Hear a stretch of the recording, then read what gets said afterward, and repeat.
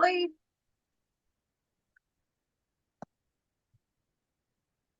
Hi everybody, thank you so much for joining us. Our fantastic guest today is a returning fan favorite. Today I'm joined by John Whitberg, who is a secret space program experiencer with memories of service in projects such as Project Phoenix, Looking Glass, Nacht, Waffen, Solar Warden, and through his multiple alter identities, he recalls experiences as a diplomat, archaeologist, technology retriever spanning colonies on Mars, Europa, Titan, and beyond. John Whitberg is the author of The Man with the Periwinkle Eyes, 5 or 6 part book series, and which he gives for free. 5. No, six. Yeah, I thought Sorry, I heard yeah, you say 6. 6 recently. Yeah. And Yeah. that's available for free. So we're going to talk a bit about that today. So thank you, John. We are starting early, guys. You've not missed anything. We're starting early. So yeah. So welcome. How are you? I'm doing. Okay. My regular life has been a bit bonkers, but I'm doing. Yeah, me too. Too. Yeah. Okay, so we are going to take some questions from the chat. We're just going to catch up first because we've not done any videos for 4 months.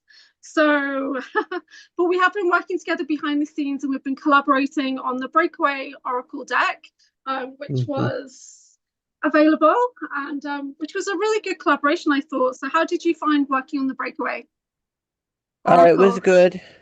It was good. It was interesting. I hope this will get information out more because there's a few things in there that I'm the only person who has ever talked about them. Yeah, yeah. So, And it was not easy. I found it really activating just writing about some of those topics. And it's not like topics you'd yeah. expect. Like Breakaway Civilian was a big one for me, big alter integration and Russian SSP. Anyone who says the Russians are like not a faction anymore is just wrong. Because my room was just Yeah. full of Russian remote viewers. It was bad. I got hit so bad. Yeah. Yeah. What was the worst part about writing about it for you? Because we did an 82-page guidebook.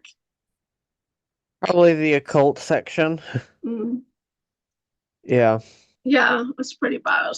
Yeah. Yeah. So yeah, but the deck is out there now, and I've had to reship out some of the card decks back to America because of customs issues. We got targeting on this deck. So the Yeah. guidebook's there, and I'm going to publish the guidebook on Amazon as well soon, hopefully. So welcome everybody in the chat. So hi to Kelly. Trumpet is in the chat. Good to see you. Mahara, Missing Time 420. So shout out to my mod team. I have a fantastic mod team, and Missing Time 420 is my top mod.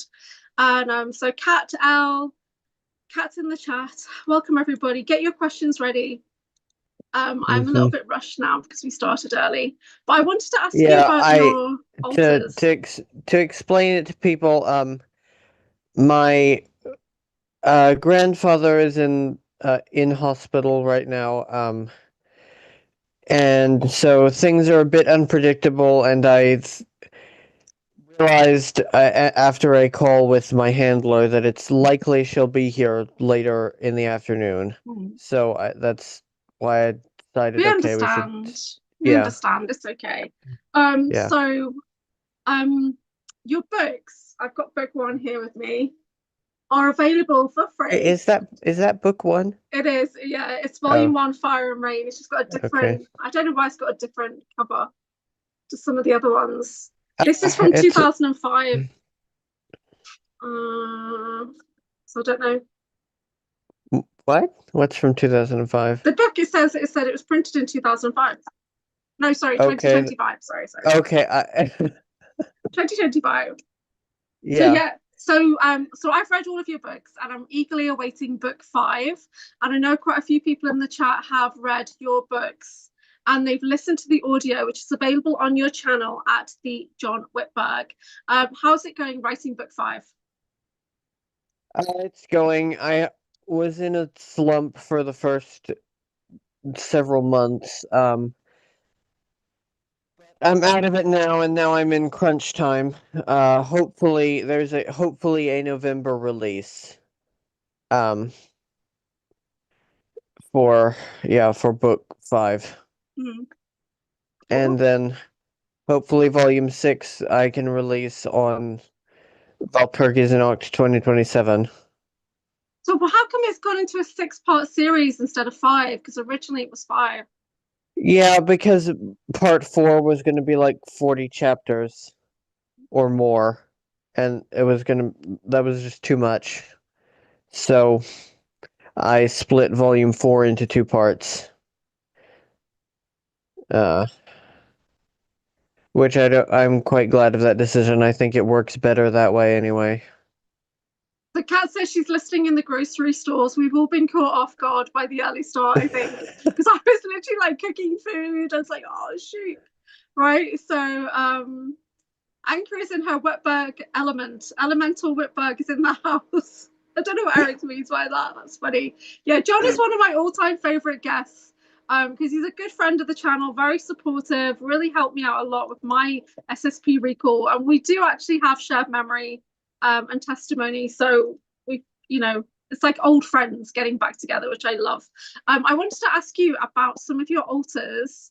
Because I've got here Heinrich, Jared, Adam, Michael, and Alex, which is interesting that I've not got Jonas on there.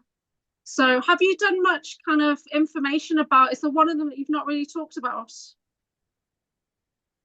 Jonas, I've not talked about that much. Do you want to tell us a bit about him? Yeah, Jonas is a Nachtwaffen counterintelligence asset. His specialty is in creating double agents. Turning people from the American MIC into double agents for Nachtwaffen. That's his dealio. Because I've got a memory, and I said to you, I feel like that's a double agent thing, right? But I thought it was Heinrich, which he looks like you. Heinrich has also done that work. It could have been either of them. Okay. So yeah. Missing time for trying put an altered haven. My altered coffin. I'm in the altered haven phase right now. These guys say it's so funny. It's funny because I am currently doing my yearly rewatch of Altered Carbon. Yeah. Yeah. How does that go for you? What's it like looking at yourself on screen? You look different, but it's still you. It's less traumatic than it was the first time. The first time I was very literally curled up on my floor, with a pillow shoved between, or no, a folded towel shoved between my knees to muffle the screams. We're talking that level of trigger the first time I tried to watch Altered Carbon. So I'm not at that level anymore. Did you realize it was you straight away? Like, did somebody send that to you, or how did you find it? Yeah, someone sent it to me saying I should watch it, like, hey, there's a lot of stuff in this, and like, people in the community never really talk about it. It's funny. And I knew in the first 5 minutes.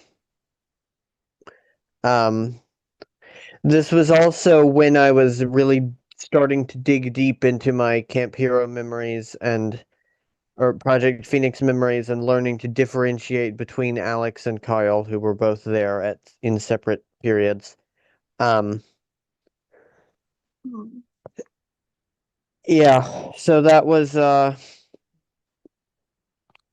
and I knew what Kyle looked like and everything by that point, and so yeah. then suddenly he's on the screen, and all of the characters' mannerisms are identical to Kyle, by the way. The way he speaks, the way his eyes move, the way he lights a cigarette, everything. It's someone very specifically coached him to do that. Or do you think that actor is just a clone of Kyle? Well, Kyle wasn't a biological being. He could be a synthetic with the same likeness. Yeah. Oh, Missing Time 420. He's saying he's envisioning your books as a film. Yeah, I envision it as an anime. Hmm. Um, Animated by Shiro Masamune, who animated Ghost in the Shell. Yeah. So Trumpet Sharps is in the chat and they're saying it's my first time watching Altered Carbon, which I'm jealous of because I would love to go back and watch that again for the first time. A lot of aha moments and the triggering is on a subtle level for me. John's been waiting 2 years for me to have the stomach for it. Yeah, I've watched Yeah, it probably 3 times. Um, yeah. yeah, Yeah, this is my third full watch through. The first time I went into such shock at the end of episode 3 that I couldn't finish it. And then it took me a year before I actually watched it through for my analysis, and then I watched it again right after that so I could actually watch it and absorb it and enjoy it. And now this is my third time. And I've made a vow to rewatch it once a year because, you know, yeah. You know the name they give the character, does that mean anything to you? yes. Takeshi, not so much, although there was a Takeshi Arasaka. Um, and there is one point where his sister calls him Takeshi-kun, which that is what old Japanese ladies in the Breakaway call Takeshi Arasaka. Um, but the Kovac part, yes, there was a member of the Medusa unit with that surname, and if you don't know what the Medusa unit is, you need to read the book. Yeah.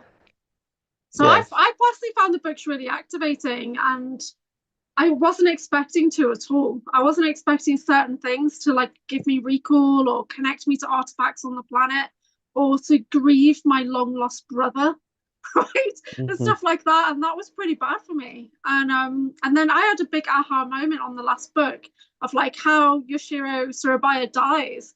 That's my chosen method of torturing people. So it just made me realize that my altar has been avenging her brother's death over and over and over. So it was a really big aha Oh, moment for me. Yeah, it yeah. was sick. It's not good. I'm not proud of that, by the way. For everybody watching.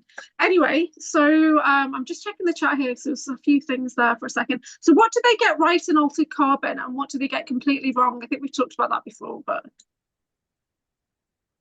They get everything right except for, and this is a small thing, but it stands out very glaringly. Um, because everything else is so on point. Accents don't transfer when you transfer bodies. There's a character who's a Russian bad guy, and whenever he transfers bodies, the new body has a Russian accent, even if the body wasn't born and grew up ethnically Russian. That doesn't happen.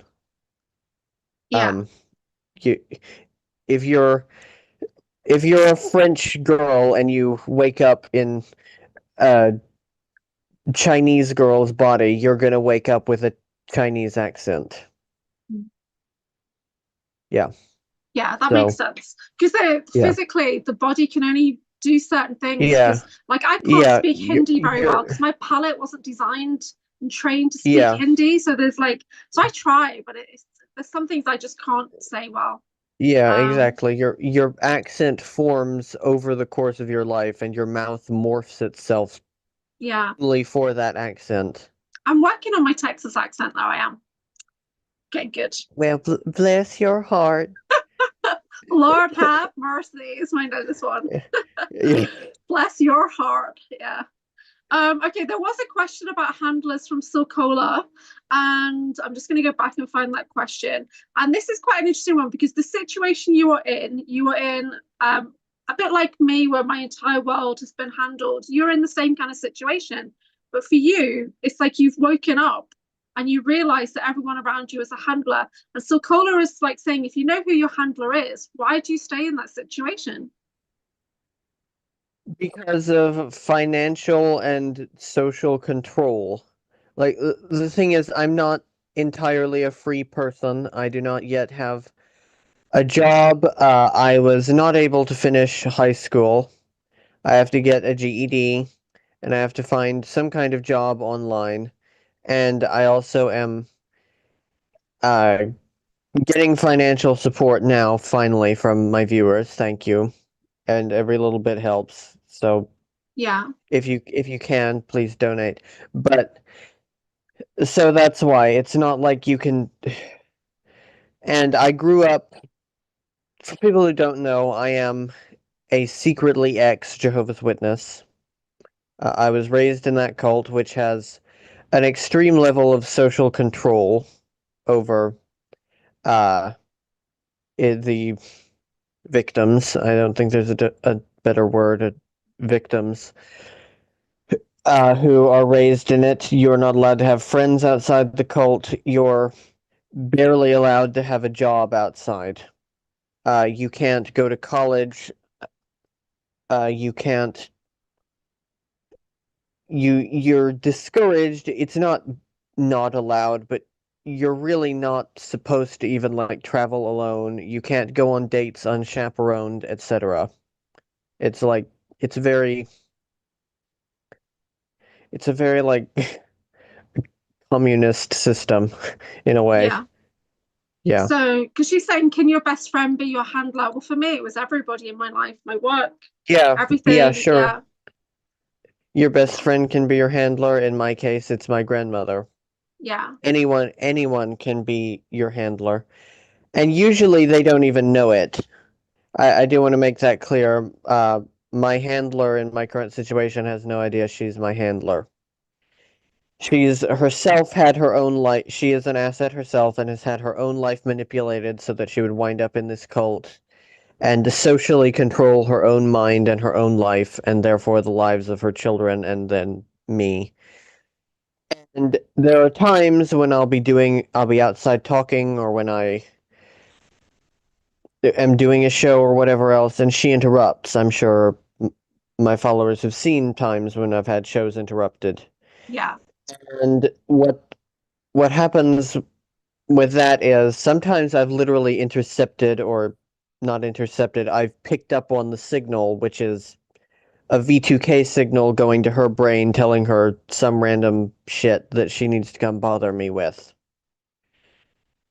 Um, Yeah. So you get a lot of targeting, just like everybody else. How do you deal with your targeting?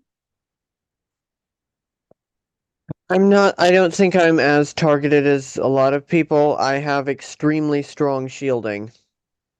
I have some of the strongest shielding I've ever seen, possibly. So I get very little psychic targeting.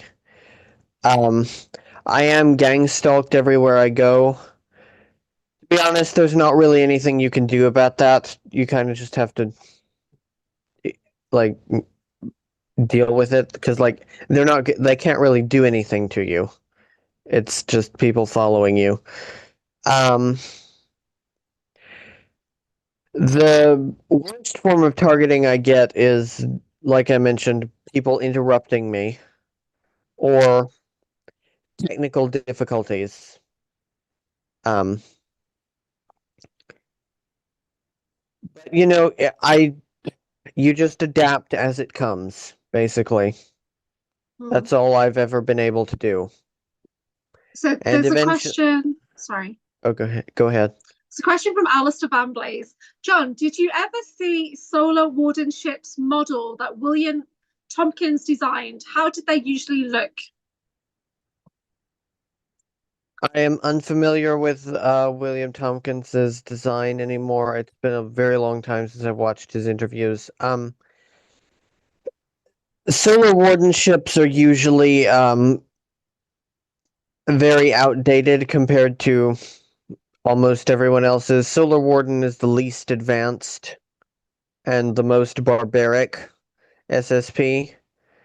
Um, so a lot of them are like converted submarines or just non-advanced ships, or some of them are Nachtwaffen hand-me-downs or ET hand-me-downs that are, you know, usually at least 60 years old by the time they get to Solar Warden. So in the card deck, we did this design, the Solar Yeah, Warden, and that's a then fairly typical Solar Warden shuttle, and it is very outdated. and then we did the Uh, nacht waffen. We picked this one for nacht waffen. yeah. In the card deck. Cool. So there was a question from Danny and Danny Hawk, my Danny Boo, and she's saying, what missions did you and Alondra Markman go on together? Too many to name. I remember us going to a place I call Hyperborea, which was this kind of it's an ancient ruse of extreme like advancement that I don't think is entirely 3D. I think that some people in in a proto-Slavic civilization stumbled across a portal and went through it. And there are actually drawings of this by oh shit, who's the artist? Let me look it up 1 second.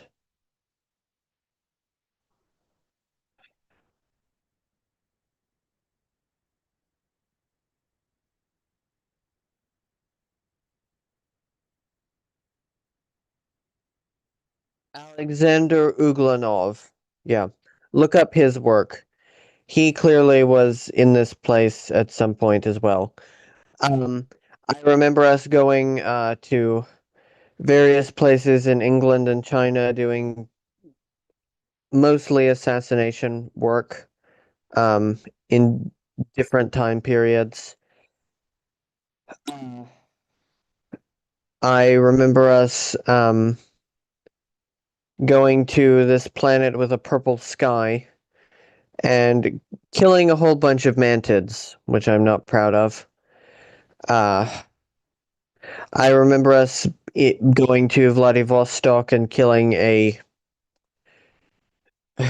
cloaked Draco who was cloaked as a human man, but when he was killed, of course he was no longer giving a telepathic output, and so the screen he was putting up fell away. Which, by the way, that is when people talk about shape shifting, that's what's actually happening. It's not actually possible to shape shift. There are such a thing. It is possible to put up a telepathic screen, though, and change your appearance that way. Like a holographic overlay. Yeah. And there are devices that do that as well, but they're not super reliable. Are you familiar with the patents for Salvatore Pays? Jason is asking, what faction would that come into? So I got up the patent page on that, patents.justia.com, and it's got plasma compression fusion device. It's got electromagnetic field generator, craft using an inertial mass reduction device. It's got more electromagnetic stuff. Laser augmented turbojet propulsion system. Yeah, are you familiar with any of those? I'm not an engineer. Okay. I would need to look at these patents and see what the designs actually look like. Yeah. To place them. Okay, I'm just gonna see if I can click on one and see if it shows anything. It's just What was the name? Salvatore Pays, P-A-I-S. Look that up. So it's coming into United States Navy. So a craft using an inertial mass reduction device comprises of inner resonant cavity wall. So I don't see a picture, but there's information there. So that's really interesting. Yeah, I know you do a lot with patents, don't you? Yes, I do. So if it's U.S. Navy, then that's Solar Warden. Yeah. Yeah. Okay, I'm just checking the chat. Guys, can you please put your questions in capitals? Otherwise, I'm going to miss them. I am on my laptop, but there's a lot going on. They're talking about GED and stuff like that in the chat. You got this, Josh. Oh my God. Yeah. So, psychic masks. Okay. That's not the subject, guys. The subject matter expert is saying, let's keep it to SSP and unacknowledged special access programs, soft disclosure, TVs and cinema and other things like that. Tell us about that series that you started and how's that going?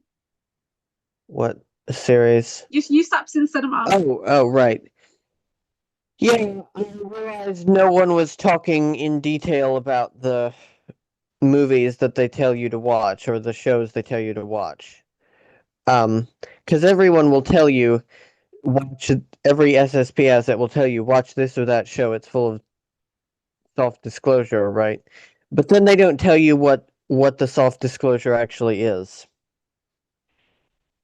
And in the spirit of doing what I've always done and talking about the things that no one else is talking about and no one else seems to have had the idea to talk about, I started it.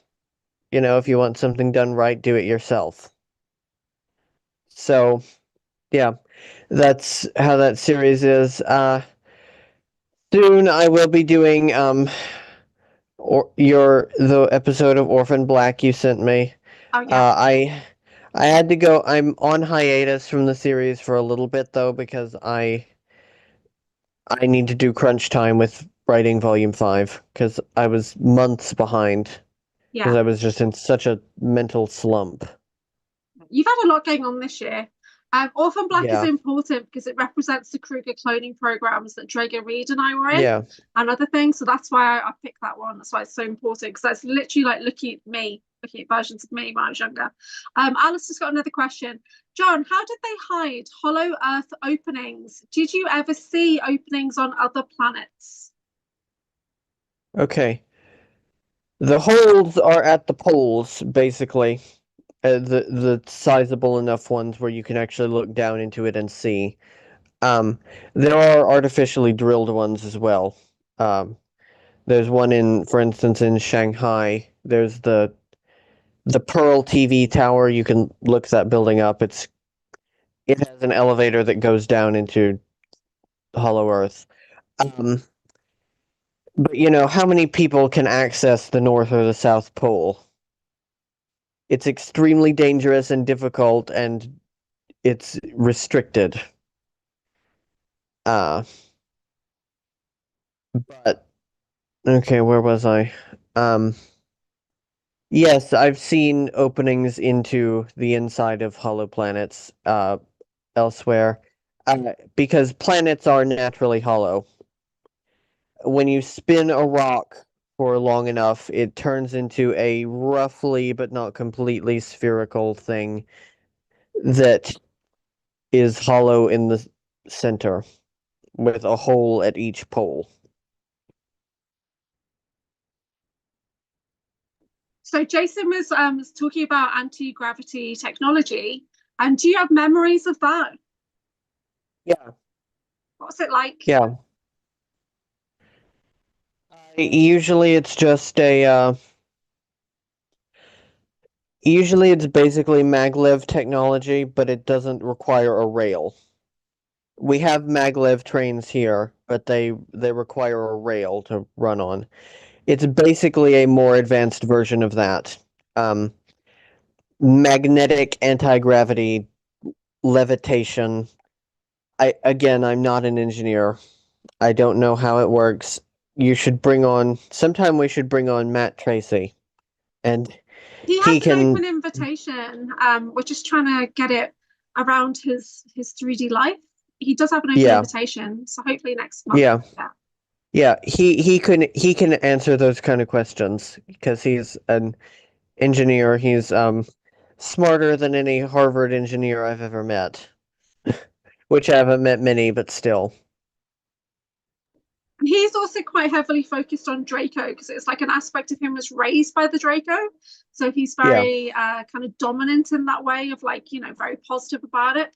There's a Mhm. question from Eric and it says, John and Anchor, how do you see yourself after you've explored cloning, SSP, etc.? What do you think or feel your focus, your 3D life on? To be honest, I struggle to. I mean, okay, here's a little misconception. The SSP is 3D life. It's just separate from this one. It's, in a time loop. The SSP is just as 3D as what we're doing right now. But getting back to the point,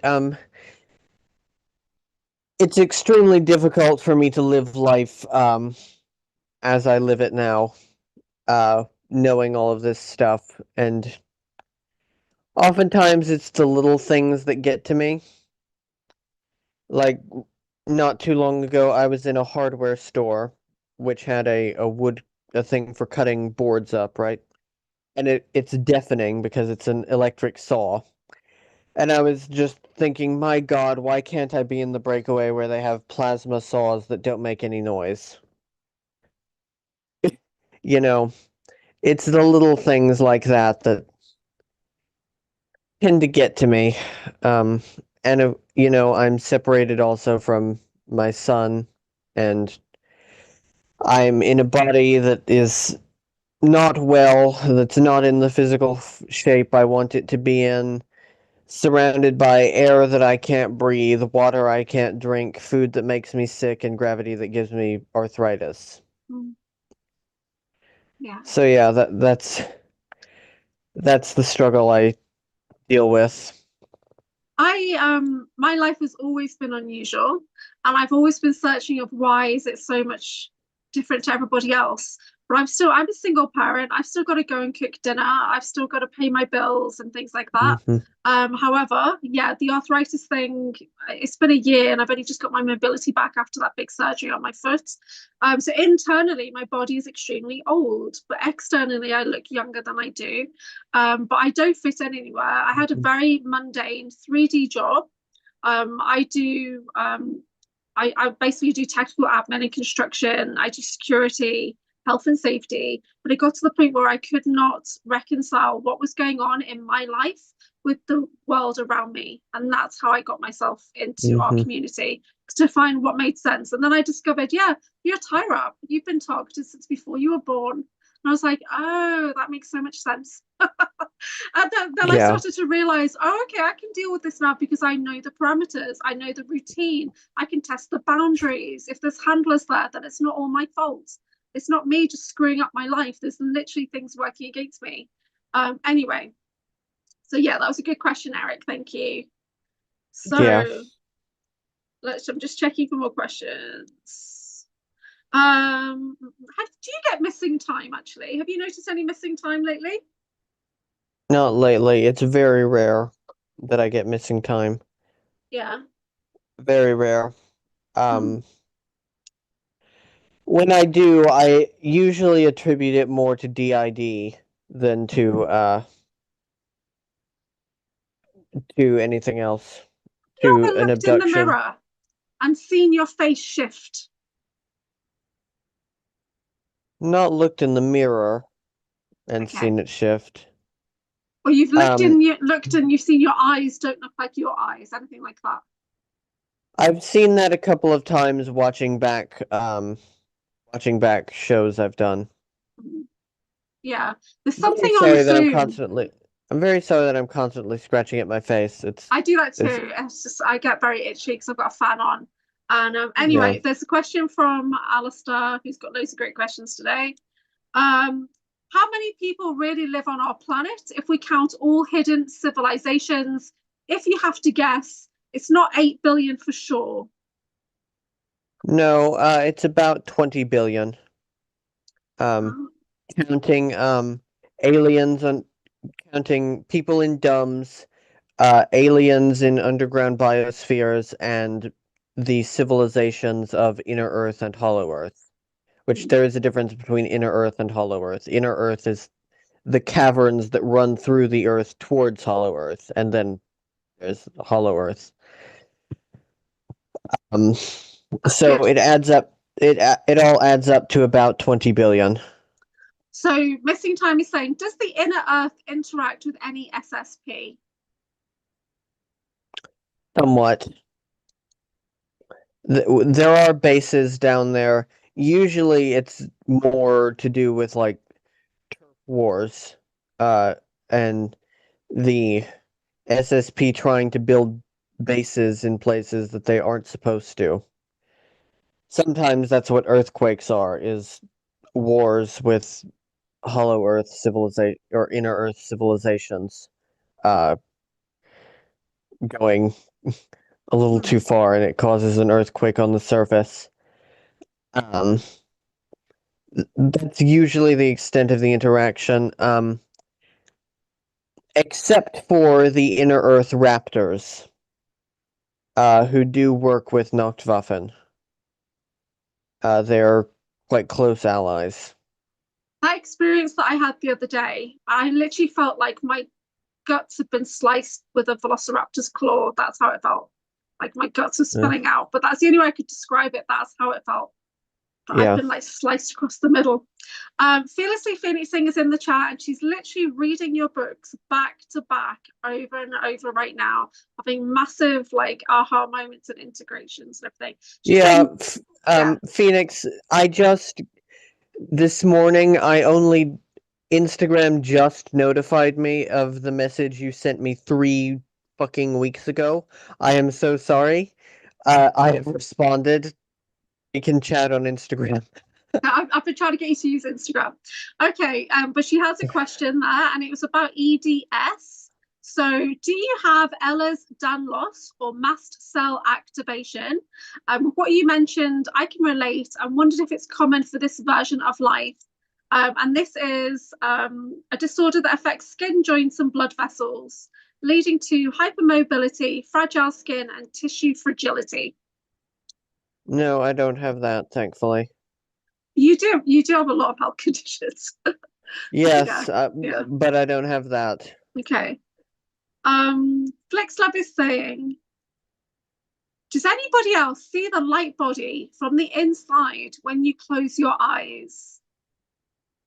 So can you see holographically? Do you get like, because you can remote view.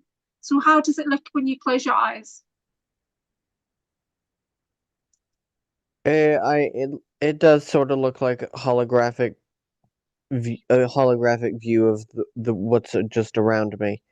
I'm not the strongest remote viewer. Okay. Yeah, it's not my specialty. Well, Beverly Rhodes is doing a remote view into my aura, and she says there's a very unusual light in the center of my aura. So we'll do a show on that soon. Okay, checking the chat. So guys, put your questions in capitals. You can ask John absolutely anything, and he will answer for you. So she's saying, don't apologize, says Phoenix. So much gratitude for your work. Yeah, so your books are available for free on the archive. You can download the PDF version. You can go to your YouTube at the John Whitberg and listen back to the audios. I speed them up to 1.6, actually because I'm very hyper. Or you can actually buy the physical copy of the book for a piece of John Whitberg history. So there's 4 books with another one on the way. Okay, so there's no more questions there yet. Come on, guys, let's get the questions moving fast. So tell us a bit about the altar that you have, that Alex, who works with Project Looking Glass. Okay. I'm going to get the card as well. Yeah. That's a very, very, very long story, my God. That'll be another book eventually. Tell me about this image of the looking glass. Where did you get this image from? So yeah, tell us about this. Yeah. Okay, that's what the looking glass looked like to me. Is like the Ark of the Covenant, except with the 2 spheres on sticks rather than angels. You put your hand on it, and between it projects the whatever you're trying to look at. And what the looking glass actually is, it's the ultimate remote viewing device. It can, if you are genetically compatible with using it, which most people are not. It can view anywhere, in any time period, in any universe, and or in any density with no restrictions and no chance of being detected. Even the strongest psychic security systems will not pick it up. So this is probably the most valuable artifact that the American SSP has. So that's what the looking glass is. It's from Aldebaran, yeah. as far as anyone can tell.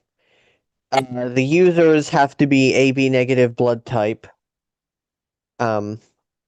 which is the Aldebaranite blood type.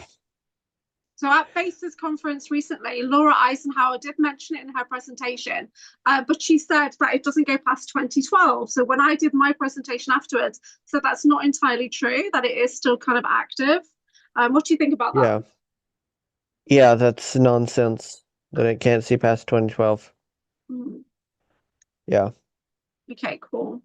I'm just looking for more questions. Do you still have black goo still circulating in your system, says Heather, source approved? I've never had black goo in this body. Nachtwaffen has never allowed me to take it. Usually, to get past being a captain, you have to take it. So, I will probably never get past a captain rank in Nachtwaffen. But I have never been, they have never allowed me to take it because it would interfere with, intuitive empathic abilities, which is my strongest point. So I've never had it in this body. I don't recall any alters having had it ever. Okay. So Alistair's saying, thank you, Alistair, for all the good questions. John, what can you tell us about the astral plane? How important? What is going on there, and how is it affecting people? The astral plane is not a fixed location. The astral plane is basically the realm of imagination. If you go into the astral plane and you imagine something, you can create it. A lot of the time, also, it's used by others for nefarious purposes. Just last night, I was getting astral targeting, making me hear sounds and voices and things like that had to be cleared off.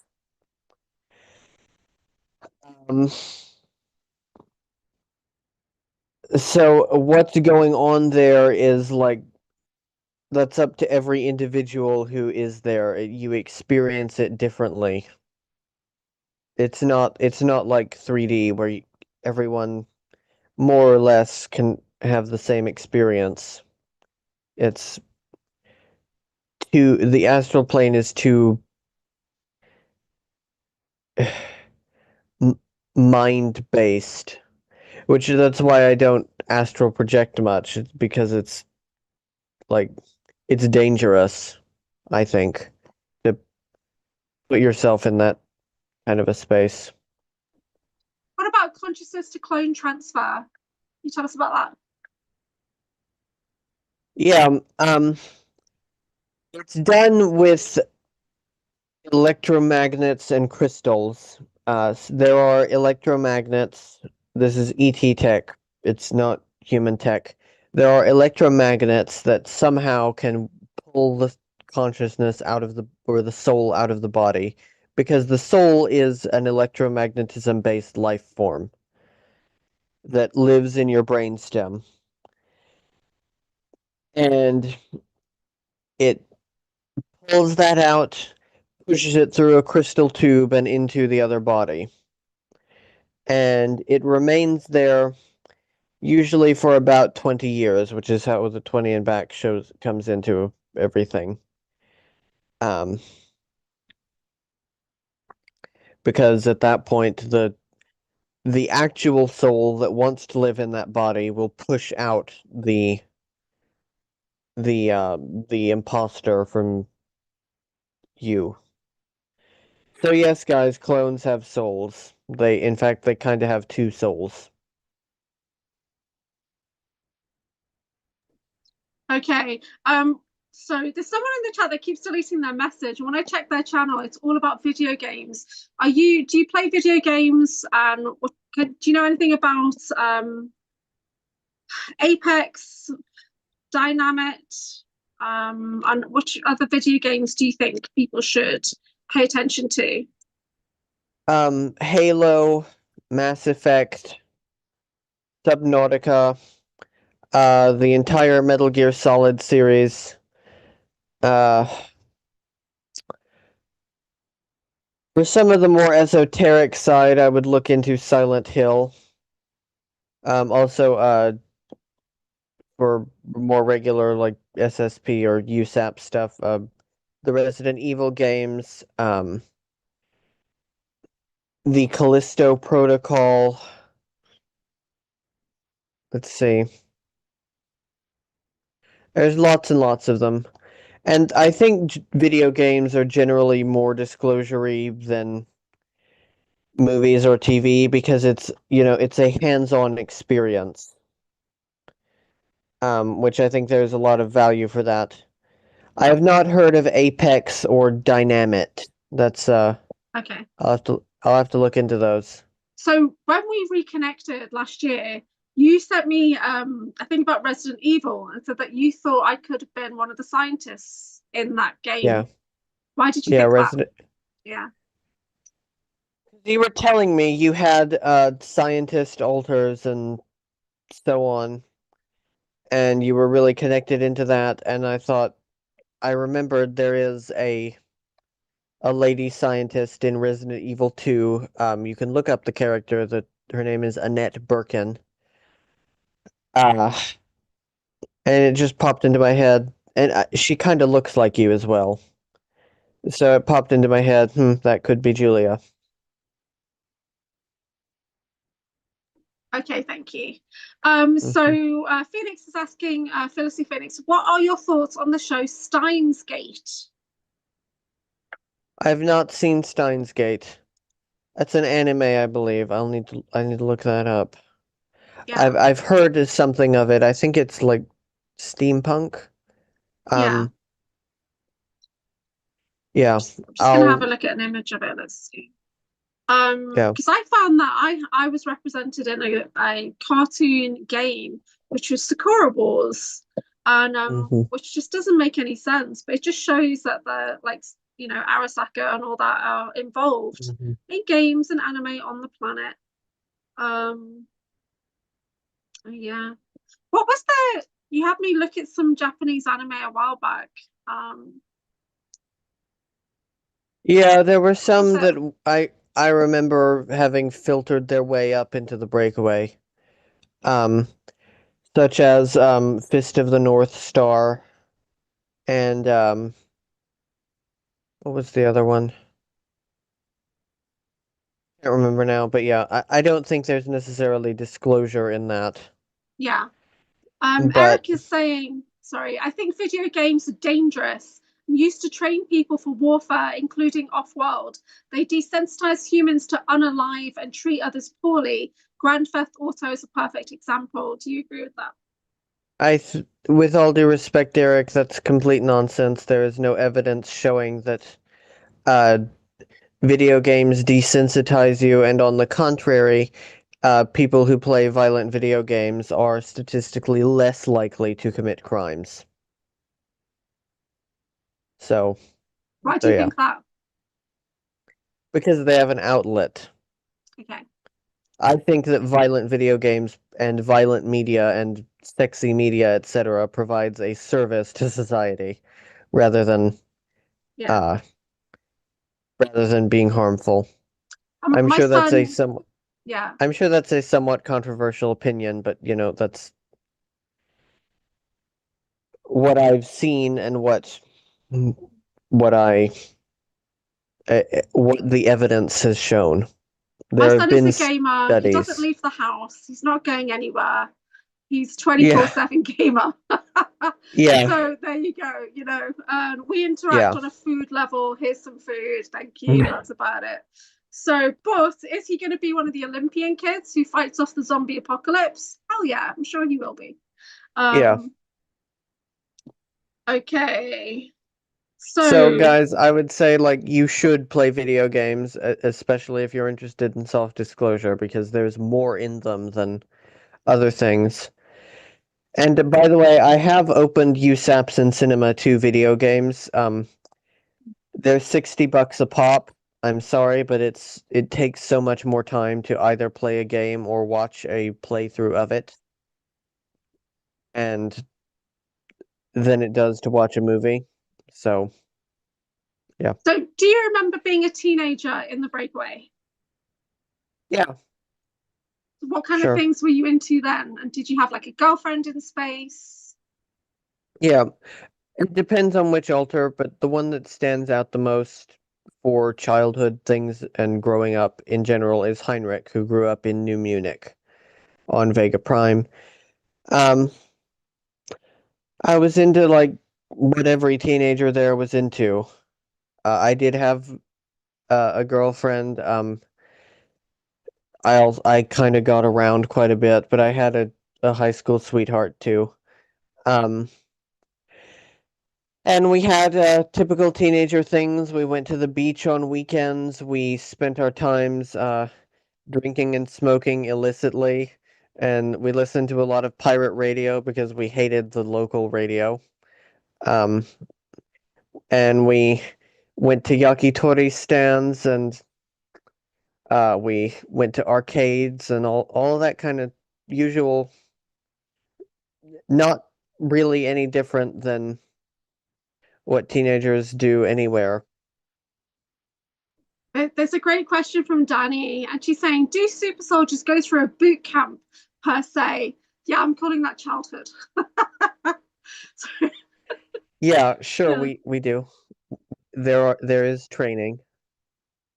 There's training. It's not you're not just created and then thrown out there willy-nilly. That would be a danger to you and to everyone else. You're trained So, for where do you remember training at a young age?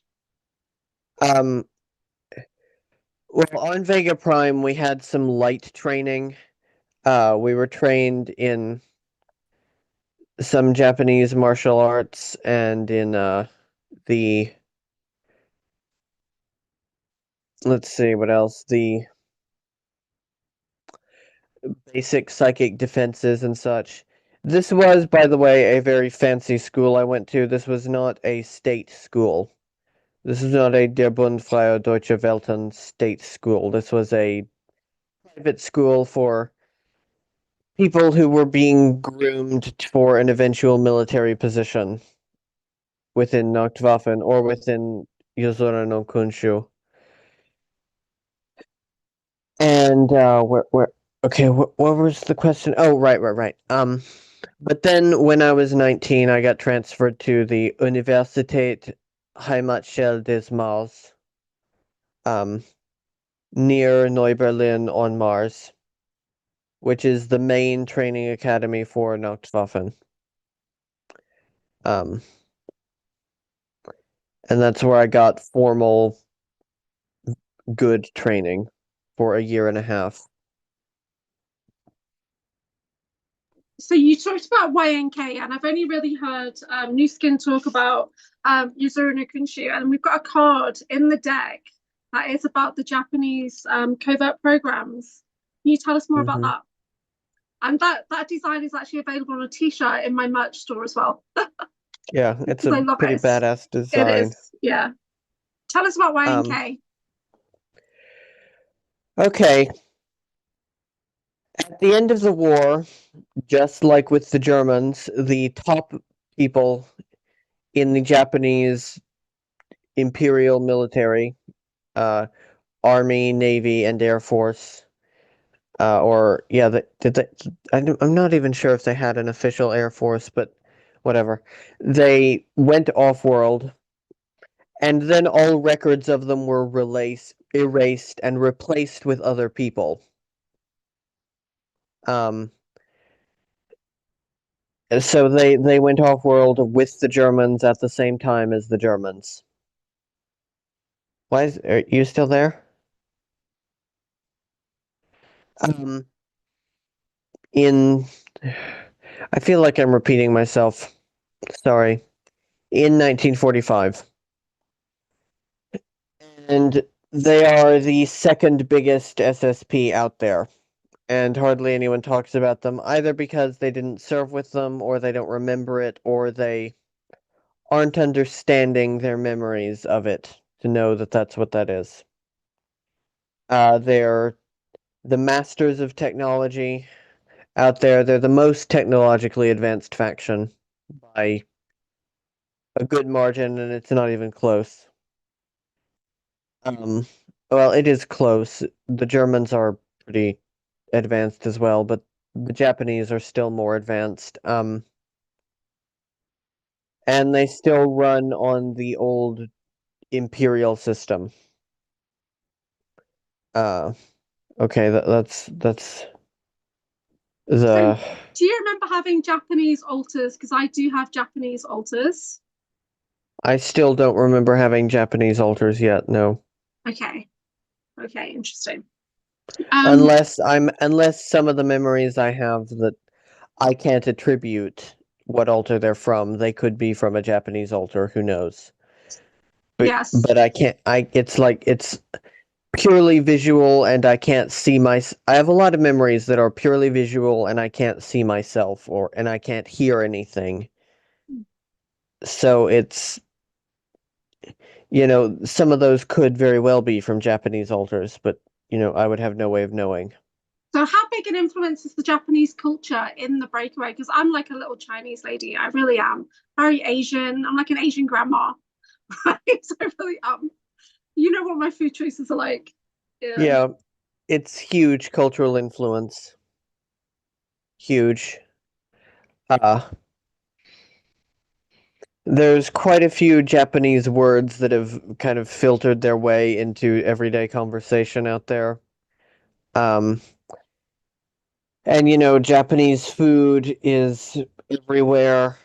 Um, you can, if you're a sushi lover, you'll be in heaven in the Breakaway. Uh,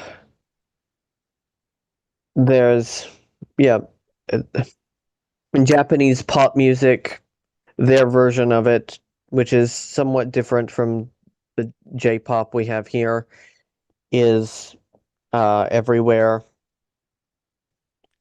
Um, over there, out there, Japanese pop music is played a lot in like department stores and such. It's that's the societal role that it often fills. Hmm. Um, Okay. So I've got a question, and I'm literally just reading out the question as it is in the chat. okay. Danny says, "Are there titty bars off planet?" Sure, Yeah, tell us sure. about that. Did you frequent? How is it just normally acceptable to be like the three boob ladies, like in Total Recall? Did you have three bosoms? Sure. I don't know. I mean, uh, that's a bit. That kind of thing is a bit niche. Um, yeah, there are titty bars. There's all kinds of. Look, the way that they have moved forward with their society and gotten their society so advanced is they realized bread and circuses don't really work. Um, so they decided, okay, to keep our citizens happy, we're going to be really, really, really permissive and positive about everything to do with uh, heterosexual sex. And, then no one will question anything, for one thing. But also, it does generally make society happier. You can even see that here. Like, people are happier in, like, the Netherlands, for instance, where I like there's not any. Amsterdam with the red light Yeah, district. Yeah, okay. yeah, when there's no sexual shame, it makes for a coherent and peaceful society, basically always. So in the Breakaway, there's very, very little rape, very, very little pedophilia, um, etc. And so, and if you ever do those things, there's immediate execution. Oh wow. But yeah, Yeah. there's but with it, when it's consenting adults, they've decided to be extremely relaxed and permissive, and it's encouraged within the society. So yes, there are definitely titty bars. There's all kinds of sex clubs, etc. Yeah, I do have an altar, and Christy Campbell and I have done videos on this, and it's my Lyran Fox altar, who is like a dancer, but she's also a spy. Come on, they're always spies as well, aren't they? Yeah, Foxy. she's Foxy. I just call her Foxy. And Ivan Tanner's seen her, Christy's seen her, I've seen her, I've looked through her eyes, and she does have a massive, big, bushy tail. So, so yeah, she's a Lyra Fox. Okay. This video is so demonetized, it's not even funny. My videos are not actually monetized. I can just get super Okay. chats. That's the only thing. People can support me super chats, but YouTube holds on to the money for so long. It takes me ages to cash it out because you've got to hit a threshold anyway. But guys, PayPal, if you want to support John, his PayPal link is in the chat. It's paypal.me/John Whitberg. Okay. Yeah. Source approved. So Heather is saying we're going back into serious stuff now, guys. Back on planet. Did you do training under Shaw House? No. Trying to tell us a bit about Shaw House. I don't know very much at all about it. I know that it's in a dome in London underneath Big Ben. I only have one memory of it, and I remember it was this kind of industrial, like almost like a sweatshop kind of a room, where there were perfumes, like luxury perfumes from all around the world. And they had people lined up at these long tables, and they were taking these perfumes and injecting little vials of nanites of some kind into the perfumes, and then packing them back up and shipping them out all over the world. And I know that this was Shaw House because there was a big a Shaw House logo on a big sign up on the wall. That's my only memory of Shaw House. Yeah. Was it in one of your books where it talks about how there's places in like London where people would go for weaponry and stuff like that? Was that in one of your books? I don't think so. Oh, okay, maybe I was just reading about it somewhere. Okay. There's a question from Danny, and she's saying, what brand of firearm was your favorite to work with in the programs? Fernandez Arms, which doesn't exist on Earth. You do talk about that in the books quite a bit, I think. Yeah. Yeah. Yeah. They're everyone's favorite manufacturer out there. Mm-hmm. Although there are others. Heckler and Koch, which is on Earth, also manufactures weapons for the SSP. And they look pretty much the same as the ones here. They're just modified to fire high velocity bullets and things like that, or plasma nowadays. So, reading out questions from the chat as they are written. Do they get gay in space?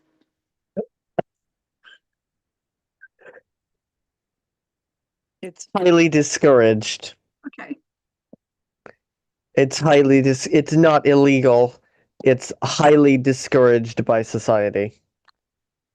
I have a thing or two I could say on this but I think it would be extremely controversial. Yeah. Um, Personally, I think. Listen, I'll say what I want to say. I don't. It's. I don't think it's necessarily a thing for men. I'm sure it is, and I do think it is a thing for women. I don't think it's a thing for men to be all the way gay. Because when they have women readily available and cheap, like in the Breakaway, even if they do fool around with men, they basically always end up fooling around with women too, and they seem to enjoy it. So I'm gonna. I'm just looking But for there the are. card, the But on the other honeypot hand, card. Yeah. what I've seen is there are out there there are genuine pure lesbians. So Hmm. you know, So in the card deck, we've got the intimate espionage card, the honeypot. yeah, So I believe that we've been trained to have whatever partner was required for that mission, yeah, whether it was oh male or yeah, female. Can you tell us a bit about the male honeypots? So I've got the female design in the deck. yeah. Um, They're called the male honeypots are called ravens. Um, and they do the same work. They seduce their target, and they are trained, and they have to be accepting of whatever gender their target is. And they what was I gonna say? they've just got to get down to business. Yeah, they've just got to Yeah, get down to business. yeah, Um, whether it's their personal enjoyment or not, yeah. that doesn't come into it. It's the information. Okay. So is there anything else you want to say on that topic before I move on to something completely different? This is a question from Alistair. No, I don't believe so. Okay. I basically think that everybody who's been through those programs is just gender fluid, neutral, whatever. I think they are. I think that's been programmed in that you can just do whatever needs to be done. And so you don't really have a personal preference. I'm very neutral. I always have been. I'm very masculine. But I have had relationships and it's just fluid. Anyway, Alistair Van Blaze, the coolest name ever, says, I have a question about your alter Adam, who was on checkouts for 50 years, if I'm not mistaken. I was wondering why actually humans do this job and not ETs, and who was doing this job before humans? Okay.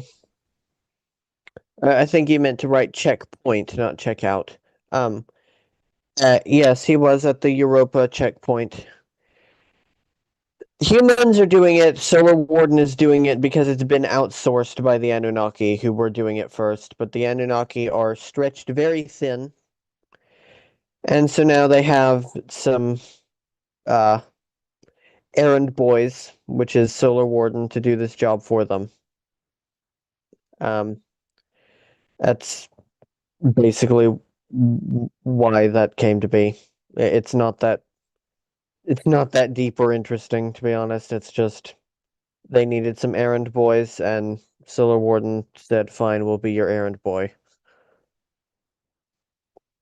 So I have a memory of, and it was, do you remember like the Mitra Wars were starting, and you said that there was a ship. You don't remember the conversation we had actually. You said that there was a ship that first encountered I, the I Mitra, I've and since remembered the conversation and that okay, memory. because there was That came through somebody. last night, actually. Okay, because there's someone in our community who was potentially on that ship. But I remember that I was on the ship, but I was checking cargo. And I remember having like a glass pad and literally checking their cargo, something like that. But I remember seeing that person and they remember me, but they don't know how they know me. So why would I have been there checking cargo on that ship? If it was the Zollinger, is that the right word? Yeah, Zollinger. Yeah. Zollinger, yeah. Um, Who would I have I been working guess for? Nachtwaffen Customs. Because this was a Nachtwaffen ship that fell from the sky onto an industrial city that I don't remember the name of during a surprise attack by the Mitra. Either that, or you may have been Solar Warden, and this was not at that. This may have been at the Europa Galactic Checkpoint or the other galactic checkpoint on Mercury for ships coming through the sun. Uh, that's So possible. for people who are not familiar with the Mitra, do you want to go in to who they are? And are they still our enemy? Is there still a threat from them? Hmm. The Mitra are really nasty greys from Betelgeuse who enslave and eat humans en masse. They are very much our enemy, and they are expanding in the galaxy now because Betelgeuse is about to go supernova. So they are expanding out into the galaxy. They are a hive mind, by the way, which means there's a queen somewhere. And hopefully if the queen was taken out, that might do something to the rest of them. Who knows? But that's what the Mitra are. Okay, because they are referenced in the Alien Races book, aren't they? Along with like 50 other ETs. Yeah, I think so. Yeah. Okay, I'm just looking for questions, guys. Please put questions in the chat, otherwise I'm totally going to miss them. There's a lot of crazy stuff going on there. So one of my mates has said, I don't want to have sex in space. No way. Do you think that we are like over sexualized as super soldiers in space? I don't think we're over sexualized. I think that we are sexualized to a natural extent. I think that humans are much more sexual than Earth society generally allows them to be. And they, like I said, in the breakaway, they decided that was the concession they would make, and so I think that they're closer to what's natural out there than here. So But would super soldiers have like casual sex? Would there be yeah, pregnancies? I generally know. Well, if you're a female super soldier on active duty, generally you have an IUD or an IED. I can't remember if it's IUD or IED. I'm Okay. sorry.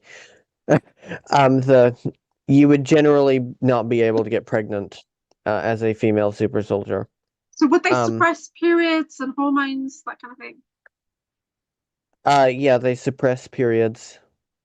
Um, and you never menopause is never a thing because you're never allowed to get old enough for that. Um, but they do have casual sex with each other all the time. They do amp up those hormones. They amp up your desire Right. somewhat. But also it's just natural to be that desirous. You're just allowed to act on it out there. Okay, cool. Yeah. Missing Time is saying, is there like an entire planet of Amazon chicks? Like Wonder Probably. Woman's planet? You seen anything like Probably. that? Okay. I've not personally seen anything like that. There are species that are all female. Um, Oh, that does exist. So if they have an army, then I guess that would be like a planet of Amazon chicks. yeah. In book one, you talk about that, like when you were Sobek and you went to a planet and there was like a slave trade going on and they were selling Yeah. slaves. Do you want to talk a bit about that? Yeah, that was on the moon. That was the American that was probably Solar Warden or someone like them selling slaves on the moon in a little town called New Syracuse. That's very much a thing. The galactic slave trade is huge. So what other towns are there on the moon and what do they do in those towns? I don't have a lot of moon memories. There's the other one, which is not a town really, it's a humongous base that I know of is the LOC, um, Lunar Operations Command, which I'm told is no longer even in operation as of a couple of years ago. That may be true. I don't know. But it started off as the original German base, and it expanded to a gigantic base that all factions, basically, of the SSP have an annex in, including factions that are actively at war with each other. And even some ET species have an annex there as well. So, I have some, like, lower middle quality memories of being a security officer there, in the LOC. Okay. And I know also almost at the center of the moon there is a huge museum with for all of the people who have set up shop on the moon. And there's this really long hallway that you walk through, and all the walls are just completely covered in uh, flags upon flags upon flags of different uh, uh, factions and countries and species. Sorry, I'm stumbling a little bit over my words. It's Okay. yeah. What do you think about the second moon? They're saying they're going to bring in a new moon to replace the first moon. Is that true? I've not heard anything about that. That's interesting. Yeah. Okay. Curious Cole is in the chat and she says, does John have any new memories to report? Not that are clear enough yet that I could report on them. I have like images. That's how it always starts, is images. And then I have to push into it to get more. Or frequently it's just a movie that plays a silent film playing in my head for hours in the middle of the day, and I can't stop it or anything, which is really exhausting when that happens. Yeah. I'll just be, buying butter, and then suddenly a hyper realistic silent movie starts in my head, and it goes on for 7 hours, showing me whatever. That's really unusual. Yeah. Yeah. Yeah. Okay. I'm just looking, there was a good question. What's the weirdest species you've ever encountered? Oh, where to start? I've met a species that is a bucket of sludge with eyes and teeth that is very sentient. Um, I've met sentient plant beings that have a very advanced civilization. I've met eel beings that uh, basically have constructed their own astral world as a kind of a hive mind. Not quite a hive mind, but kind of. Uh, their own astral world that they use to escape their physical bodies, which can't really do much because, it's a giant eel. Um, they've encountered plasma-based life forms that are basically incomprehensible in the way that they think.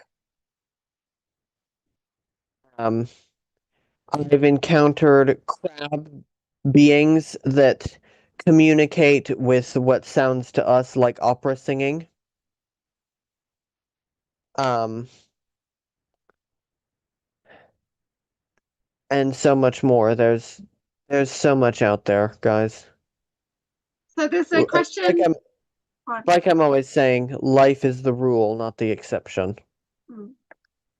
Okay, there's a question from Dan Guest who's in the chat. He says he can't believe he's missed an hour. But his question is, ask you if you are coming to England in November. I can neither confirm nor deny. I'm not going to say anything. Okay. Alice is saying, are the Germans still on Mars? Yes. Although there was a revolution in 2024 or 2023, and a lot of them have left. The Germans are kind of packing up and leaving the solar system in general lately because they're tired of persecution by the Americans. So the main German outpost in the solar system now is on Titan. Do you want to tell us a bit about Titan? Titan is home to a huge city called New Nuremberg. There's actually a few photographs of it, real photographs of Titan, where you can clearly see city lights and a spire, a space elevator coming up. That is New Nuremberg, which is home to about 45 million um, Germans and their service class, quote unquote, which is mostly Slavic and French people. And it's a city constructed in 7 rings. The further you go towards the center circle, the more protected you are, because every one of them has a force field over it. So by the time you get to the center, there's 7 force fields covering you, and it's, by that point, ultra wealthy.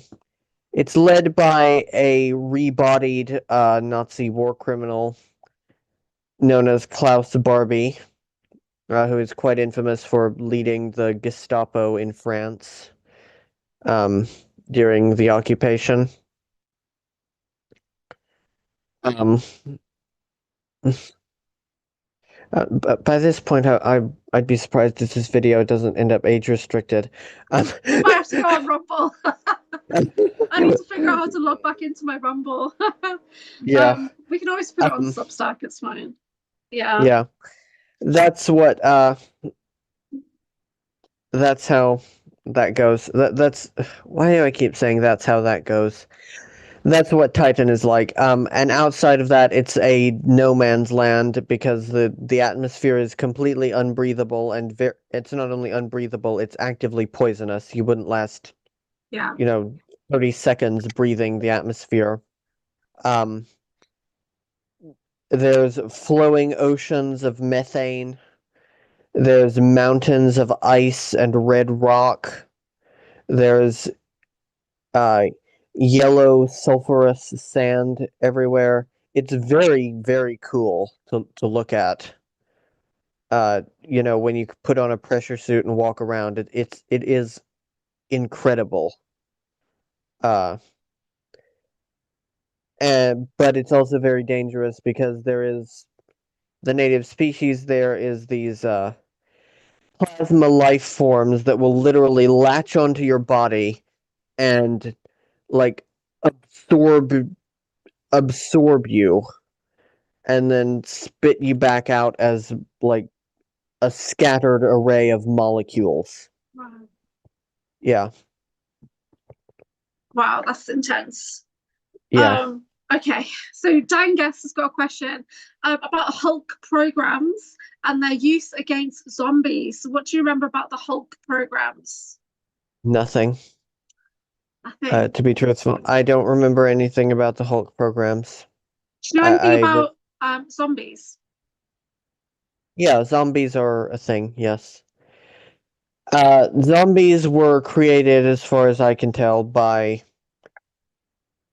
a company called Spencer Biotechnic, which is a bioweapons firm operating out of a dumb underneath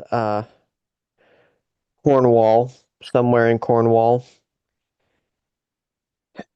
And they're the basis for Umbrella Corporation and Resident Evil. We're circling back to Resident Evil again. They were based on Spencer Biotechnic, and in Resident Evil, the founder of the Umbrella Corporation even had the surname of Spencer. So that's mega self-disclosure. They create all sorts of monstrosities, including zombies. There's even an alternate reality Earth where they went and spread the zombie plague. And what Nachtwaffen does for training exercises is they'll just open up a portal to that alternate Earth, jump in, grab a few zombies, and bring them through and use them for training purposes. I remember being a training purpose where they throw you a training exercise where they throw you from Nachtwaffen, from the Universität Heimatschule des Mars, right? Where they throw you bare ass naked into an outdoor pit and then chuck it unarmed, and then throw in some zombies, and you have to defend yourself using only your abilities. Yeah. That's just reminding me of the maze in Colorado. Yeah, Yeah. yeah. It's quite yeah. That's a thing. My method was picking up big chunks of the ground using telekinesis and throwing it at them. Uh, Pretty cool. and then when they were down, I would just go pick up a rock and beat them in the head until they were dead. That's badass. So we Yeah, do have a Spencer Biotechnic card in the Breakaway Oracle deck, so it is in there.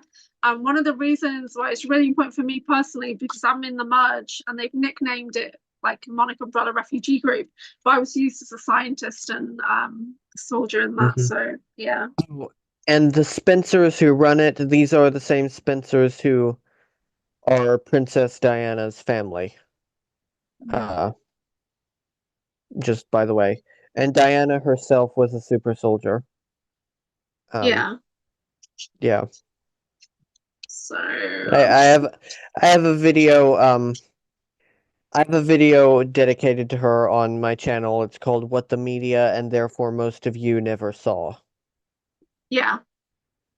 Yeah. Yeah, that's really sad. Tell us about your diplomatic altars. We've got a diplomatic card in the deck. What is the role of the diplomat, the envoy, the ambassador? Heinrich is the diplomat. And there's also spy elements to that, of course. Like everything.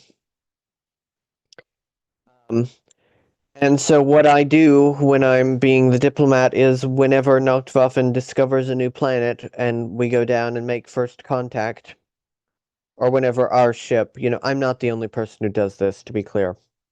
I'm one of many, many people who have done this job. I should be very clear on that. When my ship finds a new planet and goes down, I'm the one who initiates first contact with the new species.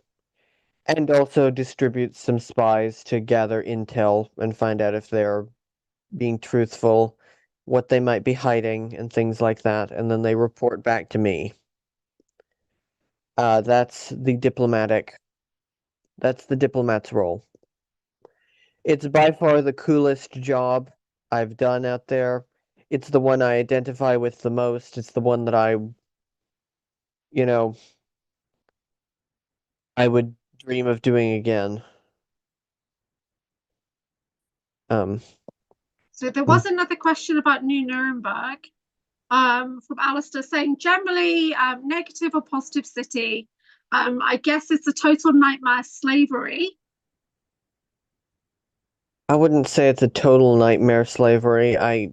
To be honest, the slaves there live better than a lot of people do here because, Yeah.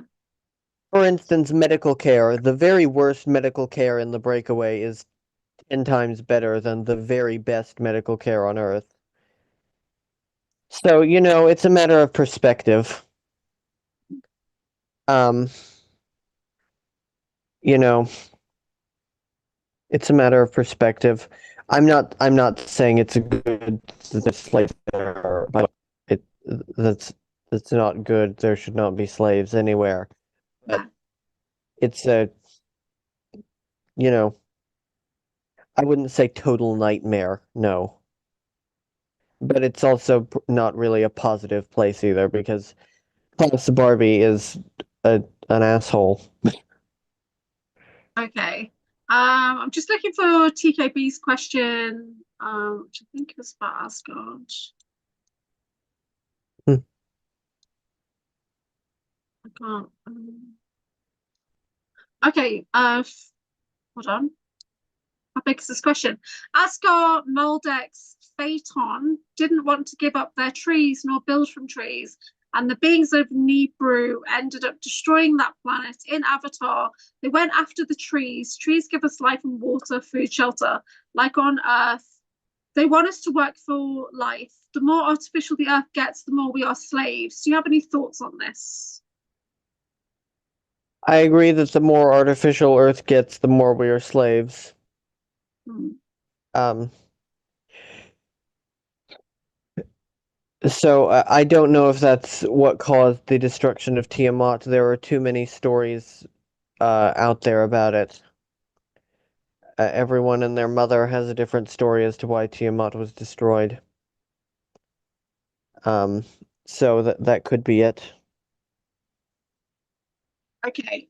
There's a question from Trumpet, and they're saying the new movie Odyssey has just been released. Given that Matt Damon played the Martian, any idea who he is a clone of out there? Don't forget he was also Bourne. He was Jason Bourne, so he's a total asset, isn't he, Matt Damon? Yeah, he's definitely an asset. I have not ever seen him in space that I recall, but yeah, he's one of the more obvious ones. Yeah, Yeah. yeah, And he was in Elysium as well. yes, yeah. Yeah. I've been told that I have, and I'm not the told because I've literally connected into her mind. We call her Tabitha. She's a synthetic. She's like a creator of clones over there on Elysium. But they were told it's a platform, not really Elysium City, like you talk about in your books. Um, Okay, yeah. I'm sure there's multiple places with that name. It yeah, sounds like a very spacey name. it is, Like, yeah. Well, the weirdest thing is that a couple of years ago, maybe 2 years ago now, I was setting up a retreat brand with a friend of mine, and I got the name Elysium, so we called it Elysium Getaways. And this is way before I ever knew about anything to do with this stuff. So I actually have another brand. So I've got my Anchorhaven brands, and I've got Elysium Getaways. When we we book villas and we go away, and that's when we go to Wales every year as Elysium Getaways. So yeah. that really freaked me out when I realized, okay, guys, I'm just going back through the chat because if you've not put it in capitals, I've missed loads already. So I'm so sorry. Um, so Dan is mentioning Dresden in there. Who's going to do some homework on that? Nathan Fox has got a question. Does And John, yeah, Dresden was a mass sacrifice. And that's all I'm gonna say on that because I will get your channel in trouble if I go into okay. detail on that. Is that something you could write an article about, or is it going to go in the books? I could probably write an article about it. Okay, cool. So Nathan Yeah. Fox says, do you have knowledge of any top SS officers, e.g. Heydrich, Himmler, if they made it off-world and their relations to any factions? Heydrich made it off-world. I've not seen Himmler. I don't believe was invited. Heydrich, yes. Um, and also another one whose name I am again drawing a blank on. Oh, Joachim Meyer. You can look him up. He made it off-world as well. Maya. Um, Yeah, Meier. I know I've got an altar called Lucia Maya. Oh, okay. So, okay. Yeah, Joachim Meyer made it off-world. And I'm sure a lot of the Waffen SS soldiers and generals who died in battle were Valhalla'd off. Yeah. Um, Do you want to tell us a bit about the Valhalla thing, about the Valkyrie and all that? okay, that's an interesting topic. Um, you should interview Penny for a somewhat more first-hand account of how it actually goes down. But the way it works is the there is a squadron, a quite a large squadron of the best female pilots and soldiers in Nachtwaffen. All female, always, or in some very rare cases, males, but they are put into female bodies for this role. Who who go down onto Earth, come down to Earth at points when people are dying and they won't be missed. Plagues, genocides, wars, uh, and so on. And they come down dressed as Valkyries in ships with Pegasus-like creatures painted on them.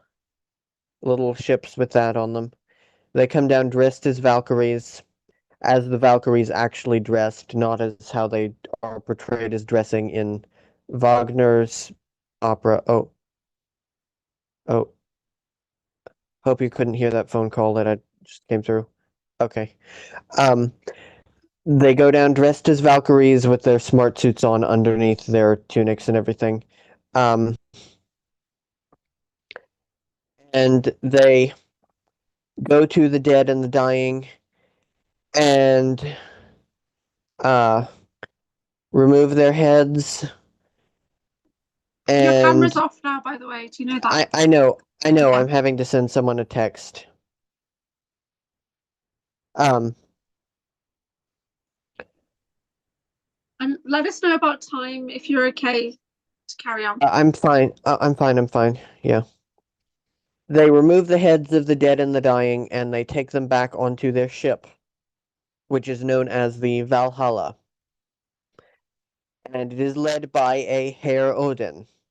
That's the call sign of the captain. And they regenerate these people, and they are able to do that because the soul, like I mentioned, the soul is stored in the brainstem, so these people do have to have an intact brainstem.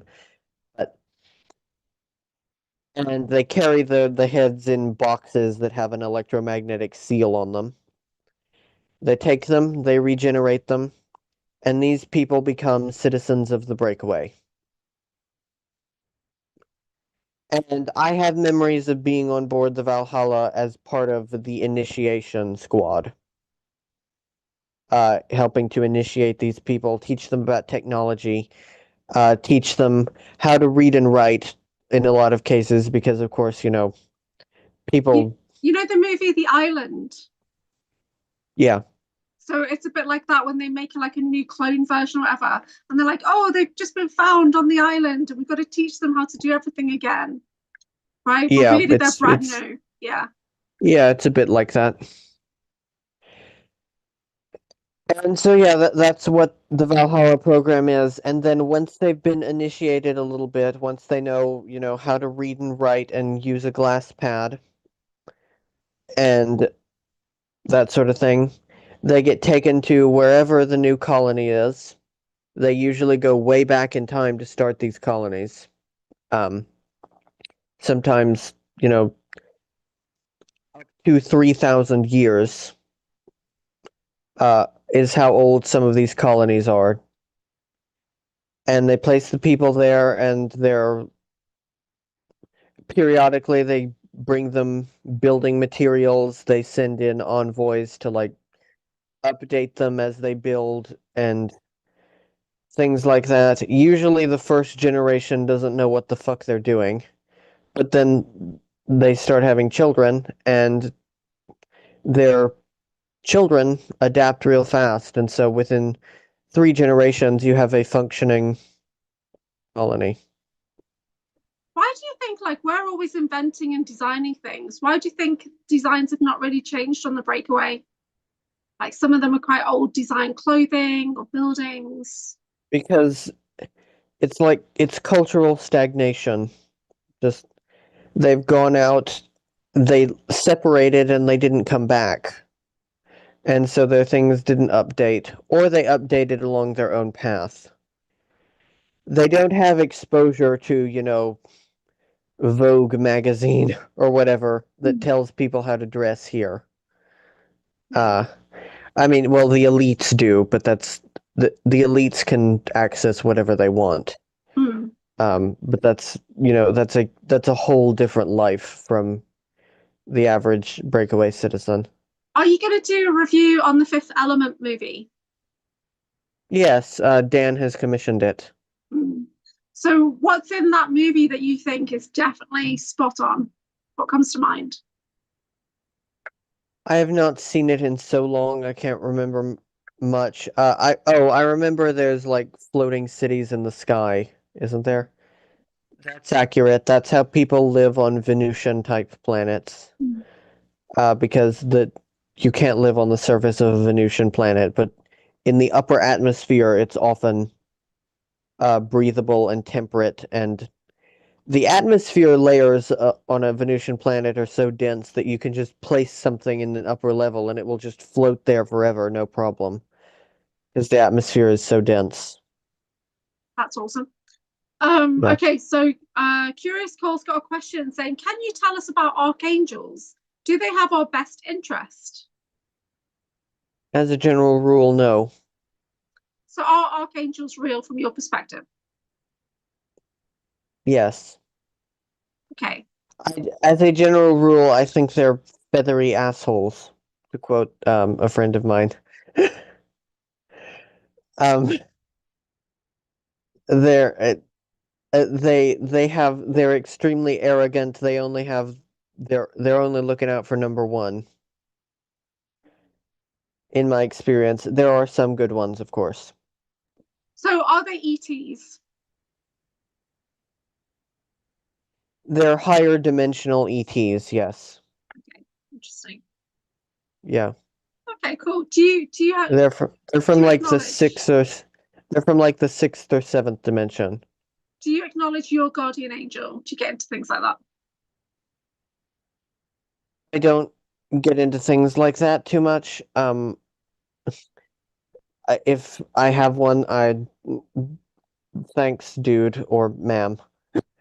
They're like that all the time. Dan Guest had a question which I can't find now, but it was about giants on the planet. So do you remember like interacting with giants in like going back in time, or what can you tell us Yeah, about giants? Yeah. yeah. Montauk, the Project Phoenix actually is who eliminated the giants on Earth, and I was a part of that. I'm not proud of it, but yeah, that was a thing. And also the ancient builder race, which I talk about occasionally, which you hear about sometimes, were giants. They were about 30 feet tall. They looked just like us. And some people think that we are actually them. Um, and that the whole Anunnaki narrative is complete nonsense. That's a theory that some people subscribe to. I'm open to it to some extent. I don't buy the Anunnaki story all the way Because James either. wanted to ask about Anu, and I don't think James is here right now. What do you know about Anu? I've never actually met the guy. Well, actually, that's actually controversial because it's possible that Admiral Emmerman may be Anu, um, in Avatar. It's you know, I've never met the guy. I think he's one of the less bad ones. Um, as a rule, as the upper crust Anunnaki go, which is, that's not saying much. Do you think they're all incarnated now, or these ancients? Are we them? I don't think they're incarnated. I think that they have avatars in operation, and that their real selves are operating these avatars from a tank somewhere. Ah, because James gets a lot of memory, and he always asks that question: do you ever wake up in a tank and stuff like that? He does ask that question a lot. Hmm. That's interesting. Yeah. Okay, he might need to have a chat with you. I think so. I've been wanting to have a chat with him for a while. Yeah, yeah. James Yeah. Wizard Rickers and I are really aligned on some things. Like I know he's got Shiva DNA and I've got Kali DNA. And we both have memories knowing that we have like Arcturian versions or whatever of ourselves in pods, and our consciousness gets beamed into this Hmm. version. And I used to joke with him that we're like two peas in a pod. And then somebody said, I see you both in the same location in pods. And we were just like, whoa, okay. So he's also a black dragon void soul, and I'm a void dragon, but I'm a golden dragon, so it's Hmm. slightly different. But we're same soul dragon family.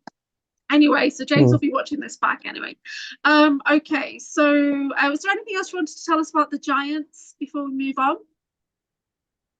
Why did they get rid of the giants? Why did they do that? I don't know, Okay. to be truthful. I think because because of their technology that they wanted um for use in the project, but I don't know. I was just the guy with the gun. You know, Okay. they don't they don't explain their actions to the grunts. Yeah.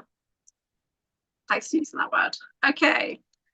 So we like didn't I didn't want to use that word in the book, in the guidebook. Okay.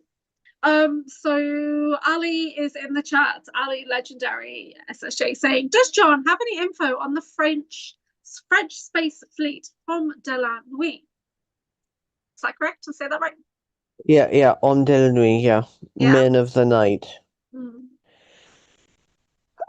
Not a whole lot. I know that they're basically an auxiliary of Nachtwaffen. Um, and they have quite a large base on Enceladus, around Saturn.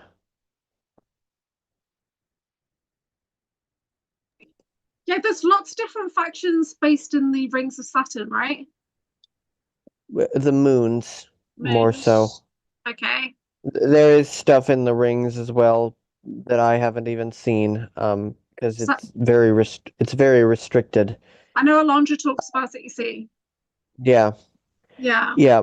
There's a lot of stuff on the moons that I've seen, and so I know that Homme de la Nuit has, or at least at one point did have, quite a large base on Enceladus. Okay. There's a great question from Nathan Wayswitch Fox, and it says, what is organized crime like in the Breakaway? How prevalent are gangs? What crimes do they engage in? And to complement this, what is colonial law enforcement like? Okay, this is a good question. Okay. Okay, organized crime is more subtle there because it's very difficult to get away with anything because you will be caught in the act. Because okay, actually, I'm gonna have to reverse engineer this a little bit. After the fact, if you are not caught red-handed committing a crime in the Breakaway, you are basically guaranteed to get away with it because there is basically no such thing as evidence. Because the technology and everything is so advanced there that there is nothing that cannot be faked. So DNA evidence found after the fact, no value. Uh, videotapes, no value. Uh, all all that kind of eyewitness testimony, no value. Nothing, because even if they find the handprints of someone who strangled someone on the body, that could just as easily be a clone, and it could be anyone riding around in that clone. So security is through the roof, and therefore, because security is through the roof, crime is very, very low. At least violent crime and things like that. This creates an entire subculture of secret organized crime where, for the people who can get around this security and get away with whatever. Um, so there are absolutely mafias. There's yakuza, um, all of that sort of thing. The crimes they engage in aren't that different from here: theft, um, extortion, human trafficking, all of that kind of thing that mafias here engage in. Um, Yeah, great. yeah. That's how organized crime works in the Breakaway. There's a question from Alistair about Universal Time Police. Did Phoenix have any consequences because of time travel? We encountered the time cops a few times, yes. We had to fight them, and we usually lost. Because there are time police who answer to the timeline herself. And the timeline herself resists change. And yes, this timeline considers herself to be a female entity. Because timelines are conscious, and there are other timelines that consider themselves to be a masculine entity. It's very weird. It's basically like I've it's spoken hard to to, the timeline. I've had her channel through, and I asked her yeah. why is she allowing all this nonsense on her timeline, and she said, "Oh, you can do whatever you want because of free will." And I was fuming. I was furious. Yeah, I think that's bullshit. Yeah. Yeah. So what consequences did Project Phoenix have? It's still ongoing, right? Yes, it's still ongoing, which is why their time goals it would they are in competition not only with the time police but also with other time travel programs existing all over the world. Which is why there is no this is why the timeline changes all the time. Hmm. Yeah. Um, okay, I'm just looking for questions, guys. Please put them in capitals. Yeah. How long have we been going? 110 minutes. Oh, cool. Okay, Alistair is saying, will you do a new show with Daniel Feller? Some of your best stuff Yes. is over on St. Olga 69, isn't it? I Yes. think. Yeah. Yes. That's in the works. Actually, our 3-year or 4-year. I can't remember what it's our 3-year anniversary. Of my first show with him, which was my first show ever, is coming up. Yeah. In early September. So we'll be doing something for that for sure. So I do have a playlist on my channel which links in a lot of your videos from all across like YouTube. So I'm hopefully you're going to update your channel playlist soon. But you can go to your archive over on Substack. But say Olga 69 is generally like the first place people should go. So when you type in your name, that's what comes up. It's that other channel, right? Which is something that I'm trying to rectify with you to get people to your channel at the John Whitberg. Yeah. Okay.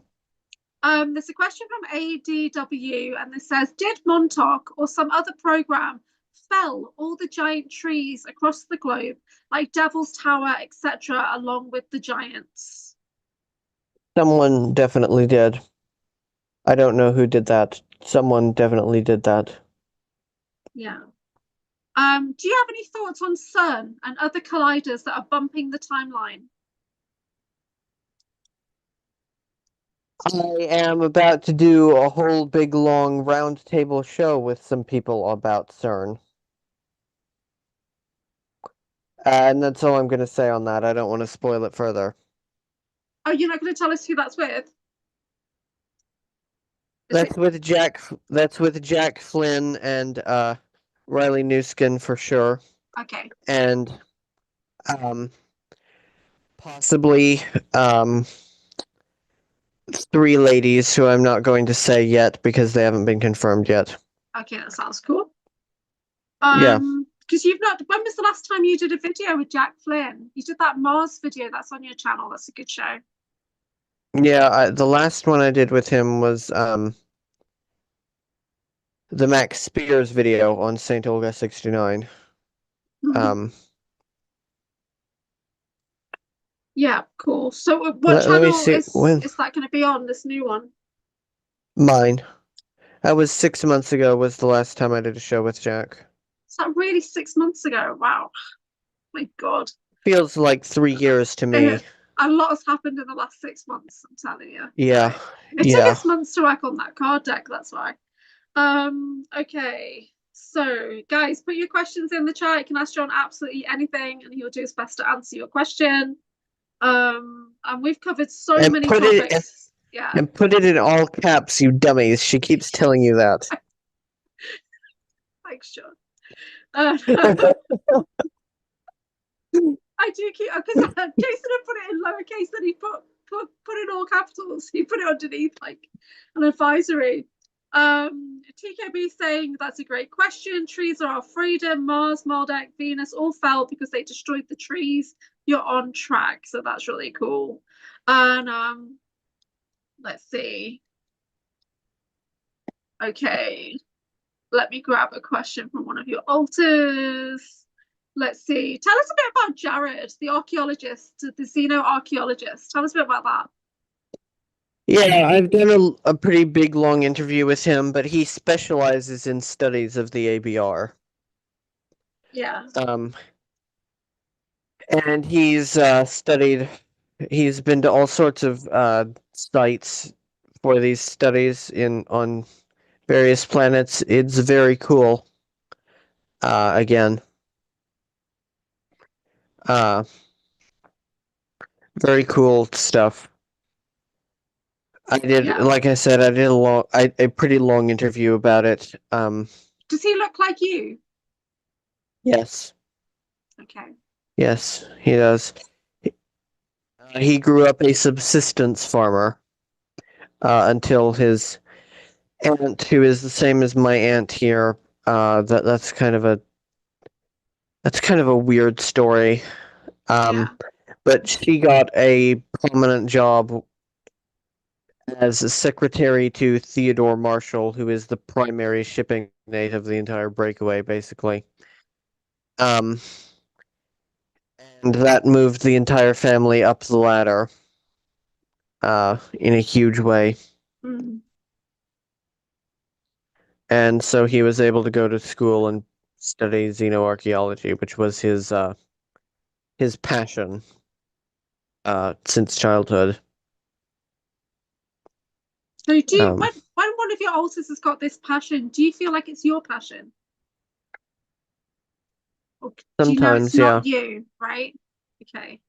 A lot of the time, yeah. I am very passionate about weapons. I am very passionate about archaeology.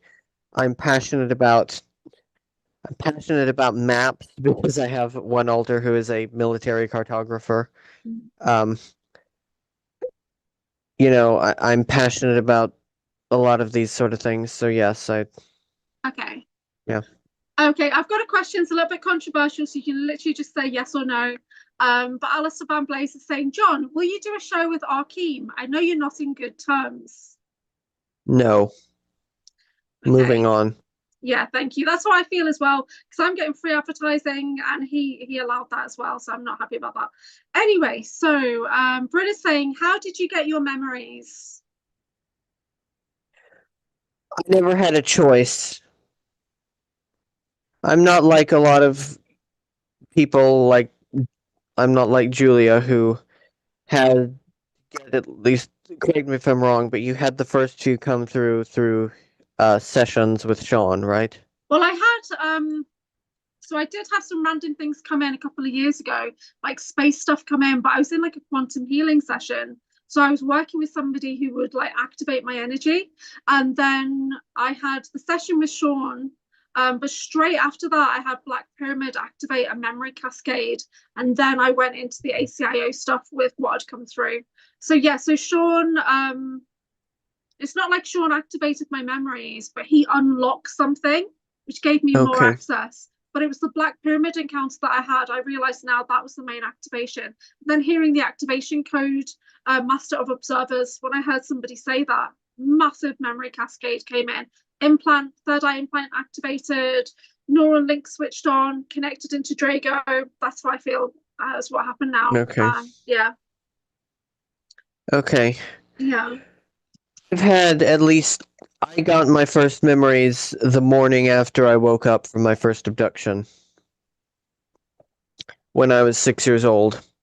And there has been a constant flood since then that I cannot control. There are times I wish it would stop, Yeah. but it does not stop. So I have never had a choice.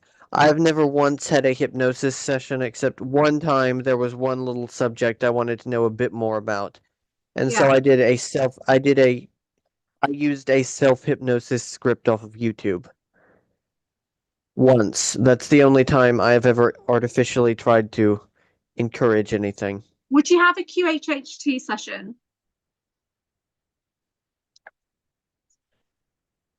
The only question I have that I want answered is why I remember so much. We all want to know why. But I think Yeah. is it because you've got the synthetic aspect of Kyle? Right? Is that affected you somehow? Possibly. I don't know. Truly, I have no. Your camera's disappearing. Oh, sorry. Okay, sorry. Yeah, I truly have no clue. Okay. Flix is asking, will you do a show with Sean Bond? You did do one last year, didn't you? Yeah, I would gladly do another show with Sean. I think he wants to do one as well. Yeah. Okay, I'm just checking. So how Rainbow Flame Wizard is saying, how do you feel about Emerald Order and Solar Rishi Ashiana Dean material, if I may ask? To be honest, I read Ashiana Dean's book, and it was the most jumbled mess that I've ever read in my life. I don't know whether that's because she really needed an editor or she was high when she wrote it. It could have gone either way. Okay.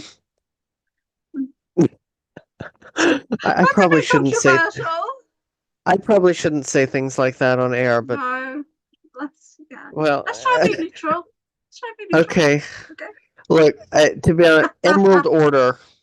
Yeah. Emerald Order has always felt very sinister to me. Oh, interesting. Yeah. Interesting. Okay. Why do you say that? What makes you think they're sinister? It's a vibe. Okay. That's all I can say. It's a vibe. All right. So Nathan Fox is saying, in programming, what do you think determines if an alter will be in the birth body versus clone bodies and synthetics? It's the program you're being used by. Nacht waffen, the Japanese, and the CIA use you in your birth body. Everyone else either takes your birth body, but then they put you in a clone whenever an enhanced clone or synthetic whenever replicant whenever the going is going to get tough and they need you to do something really physical and they don't want to lose the original, or they just snap your consciousness out and put it into a clone body or a piece of your consciousness out and put it into a clone body, and you're just down here none the wiser parallel to them. Yeah.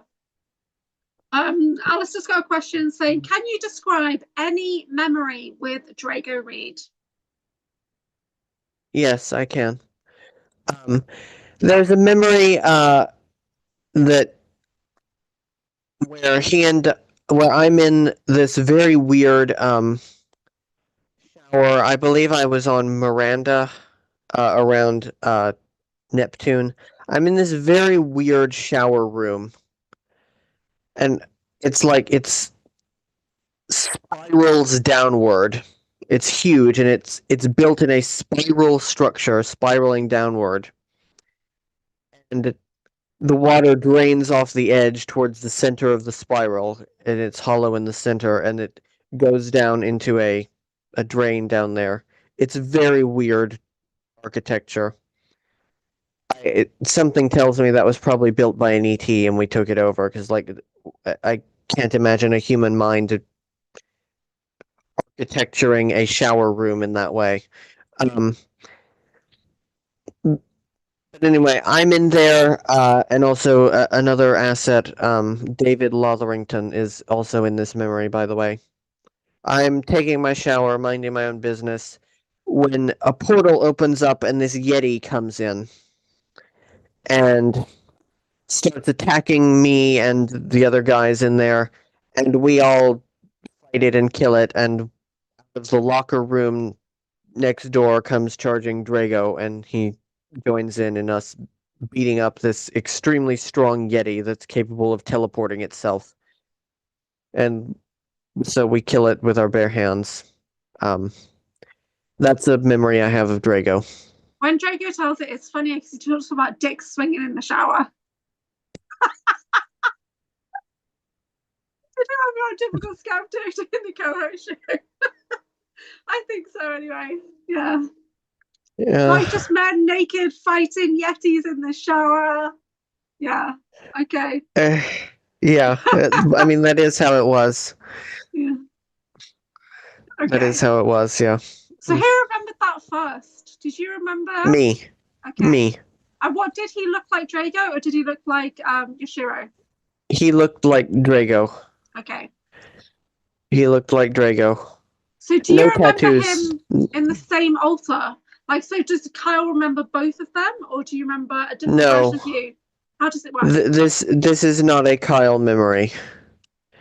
Okay. I believe this is a Jonas memory. Okay. Yeah. Yeah. Yeah. So Rachel is saying, better late than never, Julia. In future, you could try starting questions with QQQ. Okay. Guys, if you want me to read it, I'll put it in capitals, otherwise I'm just going to miss it. And John is very good at answering all of your questions. So come on. Rainbow Flame Wiz says, what is your perspective on Dan Winter and centripetal implosion? Great question. I don't know anything about centripetal implosion. I'm just gonna say that I don't know anything about that. Okay. Dan Winter, in my opinion, is a little too close with Elena Denon. I'm not blaming him at all, but like I have extreme issues with everything Elena Denon says, to the point where if I was to actually say what I think about her, then I would get your channel banned and us in legal trouble. So I'll give you the politically correct version. I'll say I don't like her, and I think that her work is a danger to ufology. Wow. That's the politically correct version. Okay. Yeah. Yeah. I mean, I was talking to somebody about those insectoids the other day about the Negamax or whatever, and I sent them the thing from the AR Alien Race book, and they said they've copied Elena Denan, and I was like, no, they haven't. that book has been. Yeah. That book has been out. That book was the first printing of that book in the Soviet Union was in the 50s. Yeah. Wow. And the current printing that we have is from like 1989. That's way before Elena Denon was, a child. Yeah. At the time. Wow. I honestly, she's never been in my awareness at all. I've never followed her stuff. And now like I'm looking for things and she's coming up, but so I've got no point of view on her at all. I really haven't. So yeah. So what is your take on the law of one? I don't think that human nature is capable of it.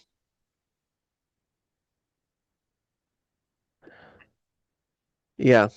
Cool. Yeah. Do you want to go into that a bit or not?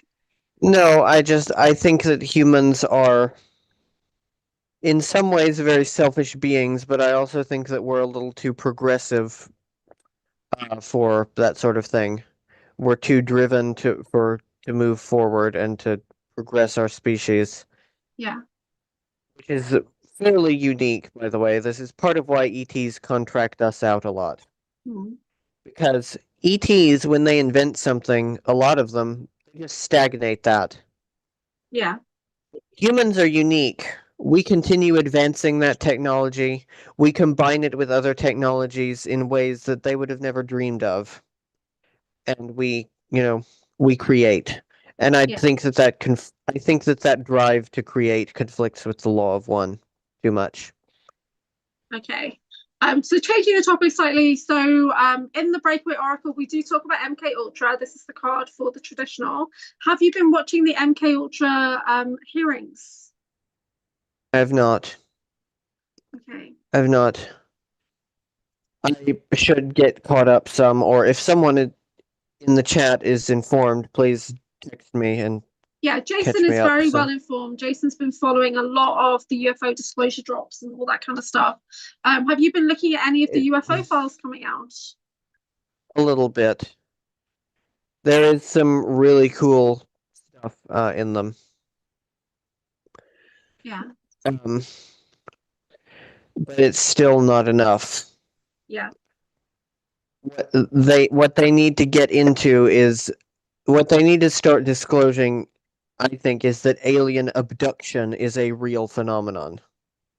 That there are people who have been abducted, there are hybrid children, there are hybrids walking among us, including you and me. We are both hybrids. yeah. They need to start getting into that. And then I'll say, okay, that's a real start. Yeah. But right now they're just pussyfooting, in my So opinion. when I had that abduction experience recently, when I went back down to Wiltshire, and it was the Corellians and the Zeta Greys working together. What do you know about the Which Corellians? Yeah. I know that they have never once engaged in abductions before this.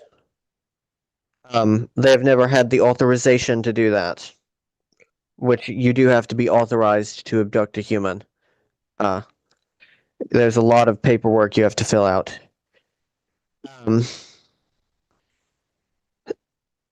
So that's that was quite surprising to me. Yeah. To see that. So I was told by a psychic when Deb Passell looked into the situation last weekend. She said, "Oh, they had a device on your head, and they were looking for information, but you didn't have it." So what do you think they were looking for? Intel of some kind, maybe to do with the Mitra War, because the Corellians are sworn enemies of the Mitra. Possibly. Right. That is a possibility. Yeah. For people who don't know what Corellians look like, they look like short, dumpy little greys, but they have chocolate brown skin. They're actually very cute. Oh. Yeah. Okay, there's a question from Curious Cole saying, what do you think of Ishmael Perez, referring to an AI Prometheus, or what do you think of Perez in general? I think that he is New Age, not SSP. I have nothing against the man personally. In particular, I congratulate him on his crowd of groupies. But I don't think that he is 3D SSP. Yeah. He's very symmetrical. And in my opinion, that's generally a clone. So, yeah. He's not in my works either. I try and sit and watch him and I just can't. His voice tones are off for me, so I can't take him seriously. Especially when he said he's like his mum knew about his abilities and that he's in space flying around with no suit on, and I just can't take him seriously personally. If you're in space flying around with no suit on, you're a synthetic. Yeah. Yeah. Okay. Period. Yeah. I mean, he's so perfect looking. He's a perfect specimen. Yeah. Right. So to me, that's come out of a lab. Yeah, for sure. Yeah. Okay. So there's a question about what do you think about water consciousness, wholeness, healing to our waters, that it can wash away distortion, possessions to humanity and Earth? I don't know enough about that. Okay. What do you know about undersea programs? Okay, there are undersea programs, yes. I had one alter who was part of one called Black Manta, which is part of underground and undersea annexes of Diego Garcia. That's probably my darkest, scariest altar. Incidentally, his name was Ezekiel. I have since extracted him and put his consciousness into permanent stasis because he's a danger. It would be a danger to society if he was to ever be able to come out and take over me. Um, so he is in permanent stasis under a whole mountain of seals in in a box locked away in a mirror lined box locked away deep in my astral field. Yeah. Um, Diego Garcia, we can go into a little bit because I have an altar over there and I see through her eyes occasionally. For me, that was part of Indian SSP when I was placed there. So, yeah. That's where they make the chimeras that you sometimes hear about, the chimera abomination creatures. They also have, for training, they have this tank, this humongous tank, and in it there is this black eldritch abomination creature that I believe they captured from another dimension. I don't believe that a, I don't believe it's from a world anything like ours. And they'll throw you in there, and you have to fight it and survive. Yeah. Yeah, that's a thing in Diego Garcia. I've heard that account from a few people. It happened to me as well. Yeah. There's a question from Alistair, which I can actually speak to. It's saying, do you think Aaron McCullum is alive or dead? Aaron McCullum is alive. I have located him. He is no longer SSP. He is no longer anything to do with our community, and he does not want anything to do with our community at all. He is literally protecting himself and his family. Yeah, Aaron McCollum was one of the people who abducted me the first time. He was one of the MPs in the van with me and the other kids as we were driven to Cheyenne Mountain. Which I do not hold against him at all. I completely and totally forgive him for this. I've also been on abduction teams. Yeah. I have a playlist for Aaron on my channel, so you could, because his content is fantastic from 15 years ago. Mm-hmm. But then he literally went AWOL, and people tried to find him, and I found him. But yeah, he's not open to being contacted at all, guys. He really isn't. So watch the videos. Yeah, that's about it. Yeah, he blocked me straight away. Yeah. And I remember him. As an alter. I remember him being British. I remember him from the Stargate in Yemen. I remember him from that. That's how I remember him. He was on my team. Yeah. Mm-hmm. Okay, so moving on. So do ADW saying, do the breakaways / SSPs care about the World Cup? Was Argentina supposed to win? Okay. They don't care about the World Cup, I don't believe, no. Except maybe, again, some of the elites might have it as one of their hobbies. You know, the regular people would not have any access to even know anything about what's happening down here except very late. They get snippets of our media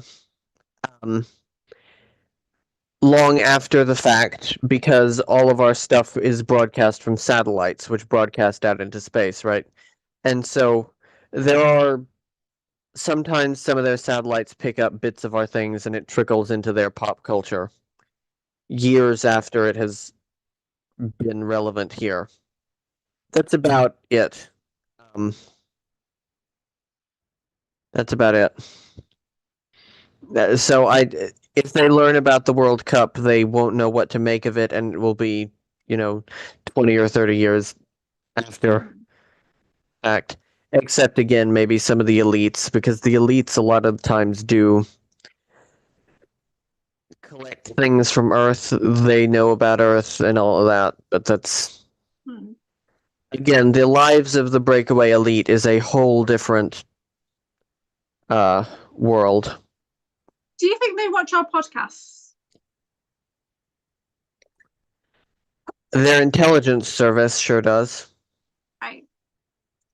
Okay. Interesting. Mm. There's something I'm not sure I should say about it. I know that some of my podcasts have made it up there, and that's all I'm gonna say. Wow, that's cool. I wonder if they know who I am. I don't know, because I don't know who I am. Anyway, TKB is saying, if ETs can breathe our air and walk and stand up without our help, are they from Earth?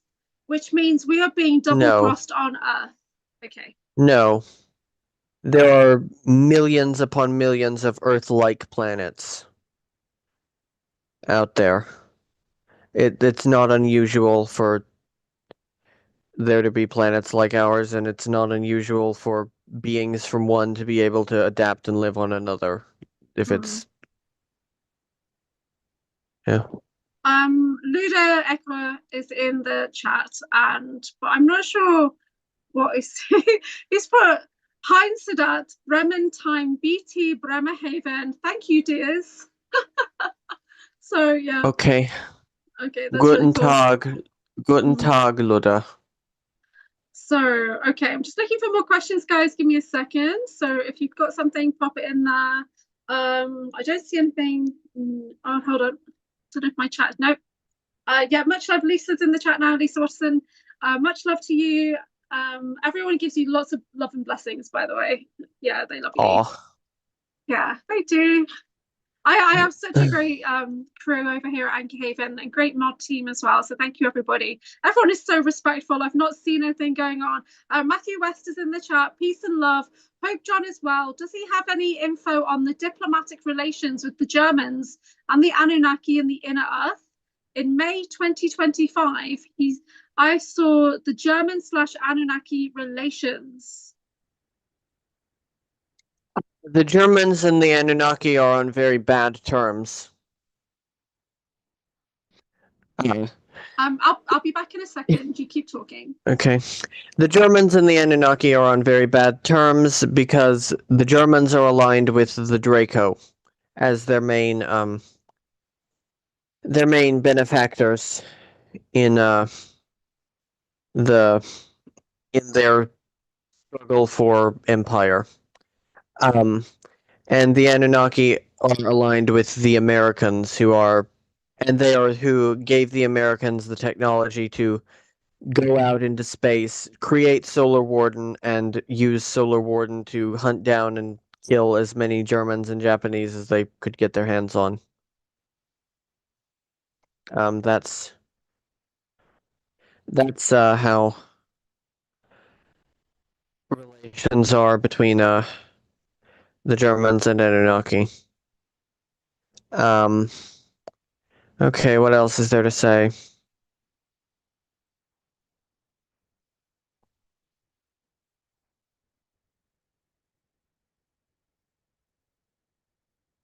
What else is there to say?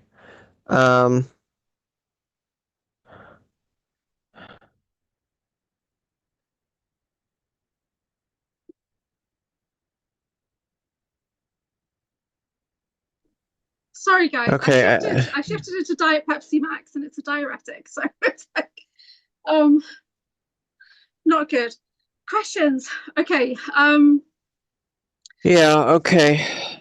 Rachel's saying we love you, the two J's. Oh. AGW is saying who is in control of Alpha Centauri? It's a Draco property. Pretty uncontested. And there is a huge German and general breakaway presence there on a planet called Centurion, which is not actually a planet, it's a Dyson sphere whose outer layer was terraformed millions of years ago, but it's still it's functionally a planet. So there is a question from Curious Cole saying, can you tell us something new to us? I've been telling you new things all the time. I know. I don't know how to answer that question. Yeah. There's a lot of information that people who are not Listen, familiar with your work will be surprised. Yeah. I'm extremely overwhelmed at all hours of the day and night with the amount of stuff in my head. And it's very hard for me to focus in on it unless you tell me exactly what you want. Yeah. So I'm sorry, Colleen. Just No, like no, it's amazing. Honestly. you've got to be more specific than that. I'm sorry. Okay, so Rainbow Flame Wiz is saying, do you know anything about Hydra civilizations, star systems? Hydra civilization star systems. Um, I know of a fish species that is there. That they're quite advanced. They live in these cities that they have bioformed out of coral underwater. They're really cool guys. Um, on this oceanic world that's actually kind of a rogue planet. There's not any sunlight, and it's not tidally locked. Yeah, it's a rogue planet.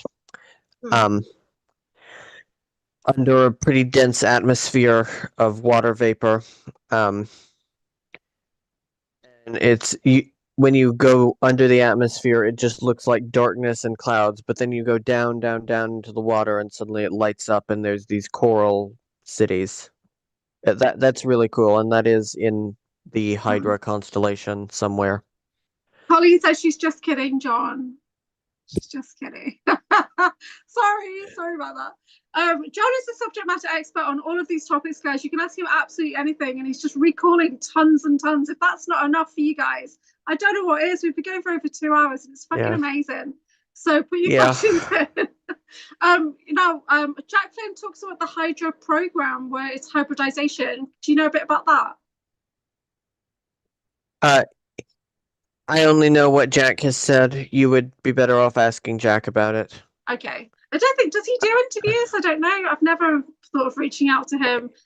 Well, he scares me a little bit, to be honest. I think there's something. Maybe I do know. We're doing this panel soon, so I can ask him if he. I'll ask him. Okay. What he knows. Okay, so ADW is saying, what is the largest stronghold of the USA/ICC breakaway outside our solar system? Corellia. Interesting. The difference between that one and the Star Wars one, in Star Wars they spell it with 2 L's. Yeah. In real life they spell it with 1 L. Yeah. That's the biggest American/MIC stronghold. So with the Krellians coming into my abduction recently, they're not even from this solar system. What are they doing here? I wish I knew. They have never engaged in abductions before. Okay. So there is a question from Ava, avert thy mortal eyes. And they're saying, can a person die in the astral, like if they were under attack? I don't believe so. I think you're immortal in the astral. What happens if your consciousness is taken from your human body, put into a clone body in a project, and you die? Does it just rehome? Yeah, it rehomes. That's it. That's actually that's actually probably the safest thing. Yeah. That's why a lot of programs do it, is because it's much safer for the consciousness. So what I experienced recently, that new what was it, that war we were talking about, and I felt like I got myself back, but it wasn't just a consciousness coming into my mind. It was as if a full layer body dropped into this body. That's how it felt. And I felt like I went into the body like 2 inches, but what came back to me was wounding. I felt wounded. I could feel the wounds in my body. So why am I feeling it? Like, why is it not just separate?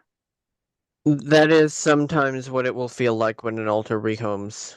Yeah. If violently.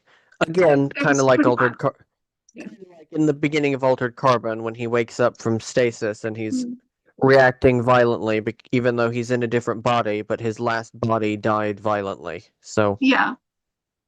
Yeah, it was pretty bad. I mean, you guys have seen what I've been like for the last few days. I'm still holding my middle a lot of the time. I feel like I've been sliced and diced. Yeah. Okay. Alice is saying, what's your thoughts on duality and nature of suffering? Why souls want this experience? Well, that's deep. I don't know. I don't think that my soul is here willingly. Mm. I have a memory that that I was a Tau station, and that I was part of a scientific uh, team coming down to study Earth peacefully, and that our ship crashed, and that my soul wound up in the soul trap. So I don't think that there's any element of consent to that. And I think that a lot of times there's times I think that like the consent idea is not true always. I think that there are a lot of people who didn't actually get to being here, or who didn't actually consent to the experience that they've gotten. And I don't think that consent is the be all end all. Okay. Shout out to Nikki Jacobs, Angels Are Belief, who's in the chat. She's mentioning the Orions. Can you tell us a bit about the syndicate? The Orion Syndicate is basically galactic Al Qaeda. They are Draco who broke away from the Empire. They hold that the current borders of the Draco Empire are illegitimate. They have their own queen who's running them. They have their own they have their own whole system. They engage mostly in trafficking of beings and creating cyborgs and blowing shit up. That's what the Syndicate does. Yeah, that's what the Orion Yeah. Syndicate does. Yeah, that was literally, I talk about it in my presentation. That was literally one of my first memories, the syndicate. I have a very extreme vendetta against them because they are responsible for the death of one of my adoptive sons. That's what I'm gonna say. And I mentioned this in the Halo analysis, but if you didn't see it, the Covenant from Halo are based on the Orion Syndicate. Yeah. Including the Blessed One in the show, who is a human who can operate technology, which they do have that. There are some humans who can operate ABR technology, and the Syndicate does abduct them and use them and keep them as very privileged prisoners. It freaked me out when I saw that because I looked exactly like that in my 20s, Maki, and she's got my abilities. It freaked me out. Okay. Yeah. ADW is saying, is the old man still? Oh, hold on. Where's it gone? Wait. Is he still running the show basically, or has he passed it over to an heir? And in the Dustbunders. That's something I'm not prepared to make a statement about yet. Okay. Alice is also saying here, what happens if an original asset dies? Do their alters continue to live? This is quite an interesting one. Yes. Yeah. Their Okay. alters continue to live. Where do they go? What happens to them? They just stay in their bodies operating alone. The original will rehome to one of them, but all the others won't even know that anything has happened. Okay. Mm-hmm. Okay, cool. So I'm looking for questions in capitals, guys. So Okay. TKB says I am getting a bit tired. We could okay, sorry. Okay, if we could do like 5 more and then okay, stop. that's great, thank you. Because it's been over 2 hours. We appreciate it. You're awesome. Yeah. Okay. Thanks. Is the cat and the honeybee Egyptian invention, says TKB, and we've been so freaking random. The cat and the honeybee. Yeah. What's the deal with cats? I love cats, but they're clearly not what we think they are. No, they are not what we think they are. I think they're Lyran spies. Actually. Yeah, I think they're reptilians because of their eyes. Maybe that too. I don't know about if the cat and the honeybee are Egyptian inventions. That's a very interesting question. Yeah. I don't know what that even means. Like Okay. that they literally created them in a lab. So in the I get, movie, Captain Marvel, the cat is like the Flurkin or whatever, and it's a yeah, ET, and it's yeah, really got like tentacles. Do you think cats are yeah. like ET? Yeah. I definitely think cats are ET. Yes. Okay. Um, Danny's saying, did you ever meet Raynetta Jones? I don't believe you've communicated with Raynetta before she passed away, did you? Uh, Briefly, like we had a conversation on Messenger like a week before she died. Oh Um, wow. yeah. I have not encountered her in the programs that I can remember. She recognized me, though. Hmm. At least I think she said she recognized me. So, Why do you think so many people recognize you and Drago? I don't know. I guess we're just everywhere. Yeah. I mean, Draco and I are in Um, clone programs, so you'd think more people would recognize me. But it's a kind of a good thing that they don't right now, because those that do don't want to talk to me. So if you think mhm. you know me, guys, you don't. Yeah. You don't, yeah. Okay. Matt West is saying, do you know of the Anunnaki mother, the oracle or black dragon soul incarnated to watch and manage the species? They had her as a weapon and the one. It sounds like you're talking about Tiamat, who they do indeed worship. Yeah. And she is, but like not in the way we would think of it. It is sort of like how you described it. Um, Okay. that's what I can say about that. And the Draco also worship her, but in a very different way. The Draco worship the Siakar in general, Yeah. which Tiamat was a Siakar, Hmm. um, which were they were one of the original 3 or 4 cedar races who seeded life in the Milky Way trillions of years ago. You know, Yeah. yeah. That's awesome. Okay, Hmm. cool. So I just want to mention, because we'll finish in a second now, because you're dead tired. Your phone is shaking and everything. I'm so sorry, John. We just can't help ourselves.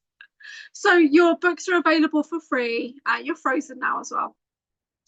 And so, everybody, if you've not read the books, if you've not listened to the books, go and do that immediately. Don't come back and talk to us until you've done it. That's how bad it is.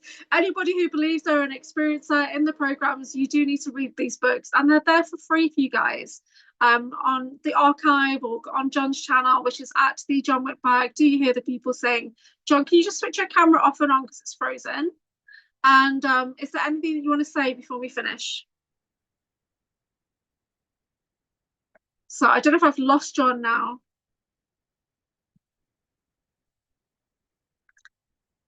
So, oh, I've totally just lost him. He might come back in. Um, but I have lost him for a second. So, guys, please do go follow him. He's also on Substack. And so you can go check him over there. That's like his video archive is there on Substack. He is available if you want to talk to him or whatever. He does work donation based. So you can always send him a message either to caldelshow@gmail.com. Or you can find him on Facebook as John Whitberg over there. So go and you can connect with him. So he's very open, he's very approachable. Here he comes again.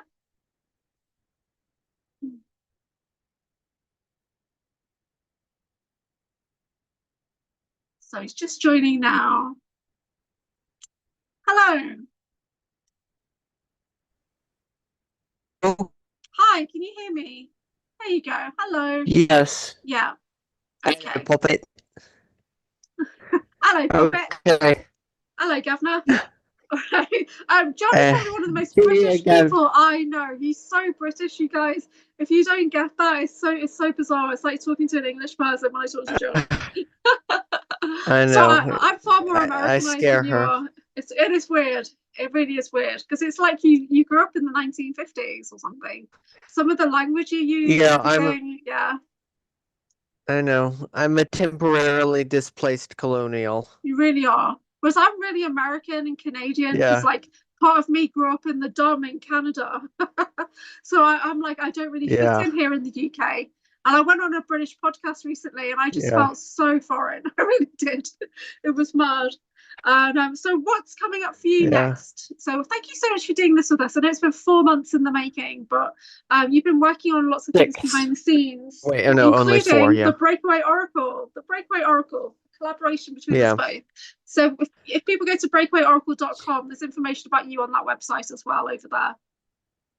Mm-hmm. Yeah, and there will be more cards available soon because we're working on an expansion pack, aren't we? We're going to start that soon. Um, Going more into galactic assignments.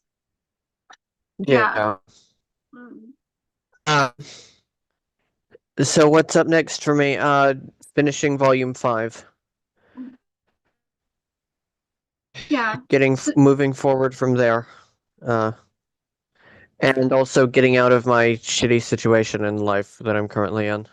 yeah. Um, so I put your PayPal in loads of times. TKB's linked in the archive as well for your books if people want to download that. But people can always email you at caldelshow@gmail.com. That is your business email, your working email. And you do work Mm-hmm. donation based, which is amazing because normally people have such high prices on sessions and things. And when I reached out to you last year, you FaceTimed me immediately, which just blew me away. Like I would never have expected you to do that. So it's pretty awesome. Mm-hmm. Yeah. Well, Oh, Jerry's saying thanks for going on the UK show, Sean Atwood. So yeah, with Ron, that was a great episode. yeah. And we're working on doing more with on Ron's podcast and also getting me back on with Sean. Um Yeah, that's gonna be a series. yeah. It was such like a rude awakening for Ron. I think he's totally geeked out. He just couldn't keep Yeah. up, and he was like so hyperactive. Like Yeah. you just blew his brain out. It's a little too bad about all the Jesus freaks in the comment section, but you There were know, a I few was God botherers, yeah, but the mod team was so good over no, but there. I mean in the comments section, Oh, the comments, yes, yes. it's all like aliens or demons, and you're a devil worshiper because you're a Norse pagan. It's Yeah, each to their own. But you did a great yeah, episode. You really did. yeah, It was so good. yeah, But it's like going back to basics, isn't it, when you go on a new channel? Whereas like in this yeah. channel, you've been on a few times, so we can just go straight into really random questions. And we've Yeah. covered so much today. So thank you so much. We've had like more than 35 people watching at different points as well, which is so Mm-hmm. good. Okay, guys. Yeah. So I'm gonna end it right here. Is there anything you want to say to finish off? Don't believe so. Okay, thank Uh, you so much, John just, Whitberg. please donate. Volume 5, hopefully in November. Um, volumes 1 through 4 are all available. Yeah, perfect. Okay.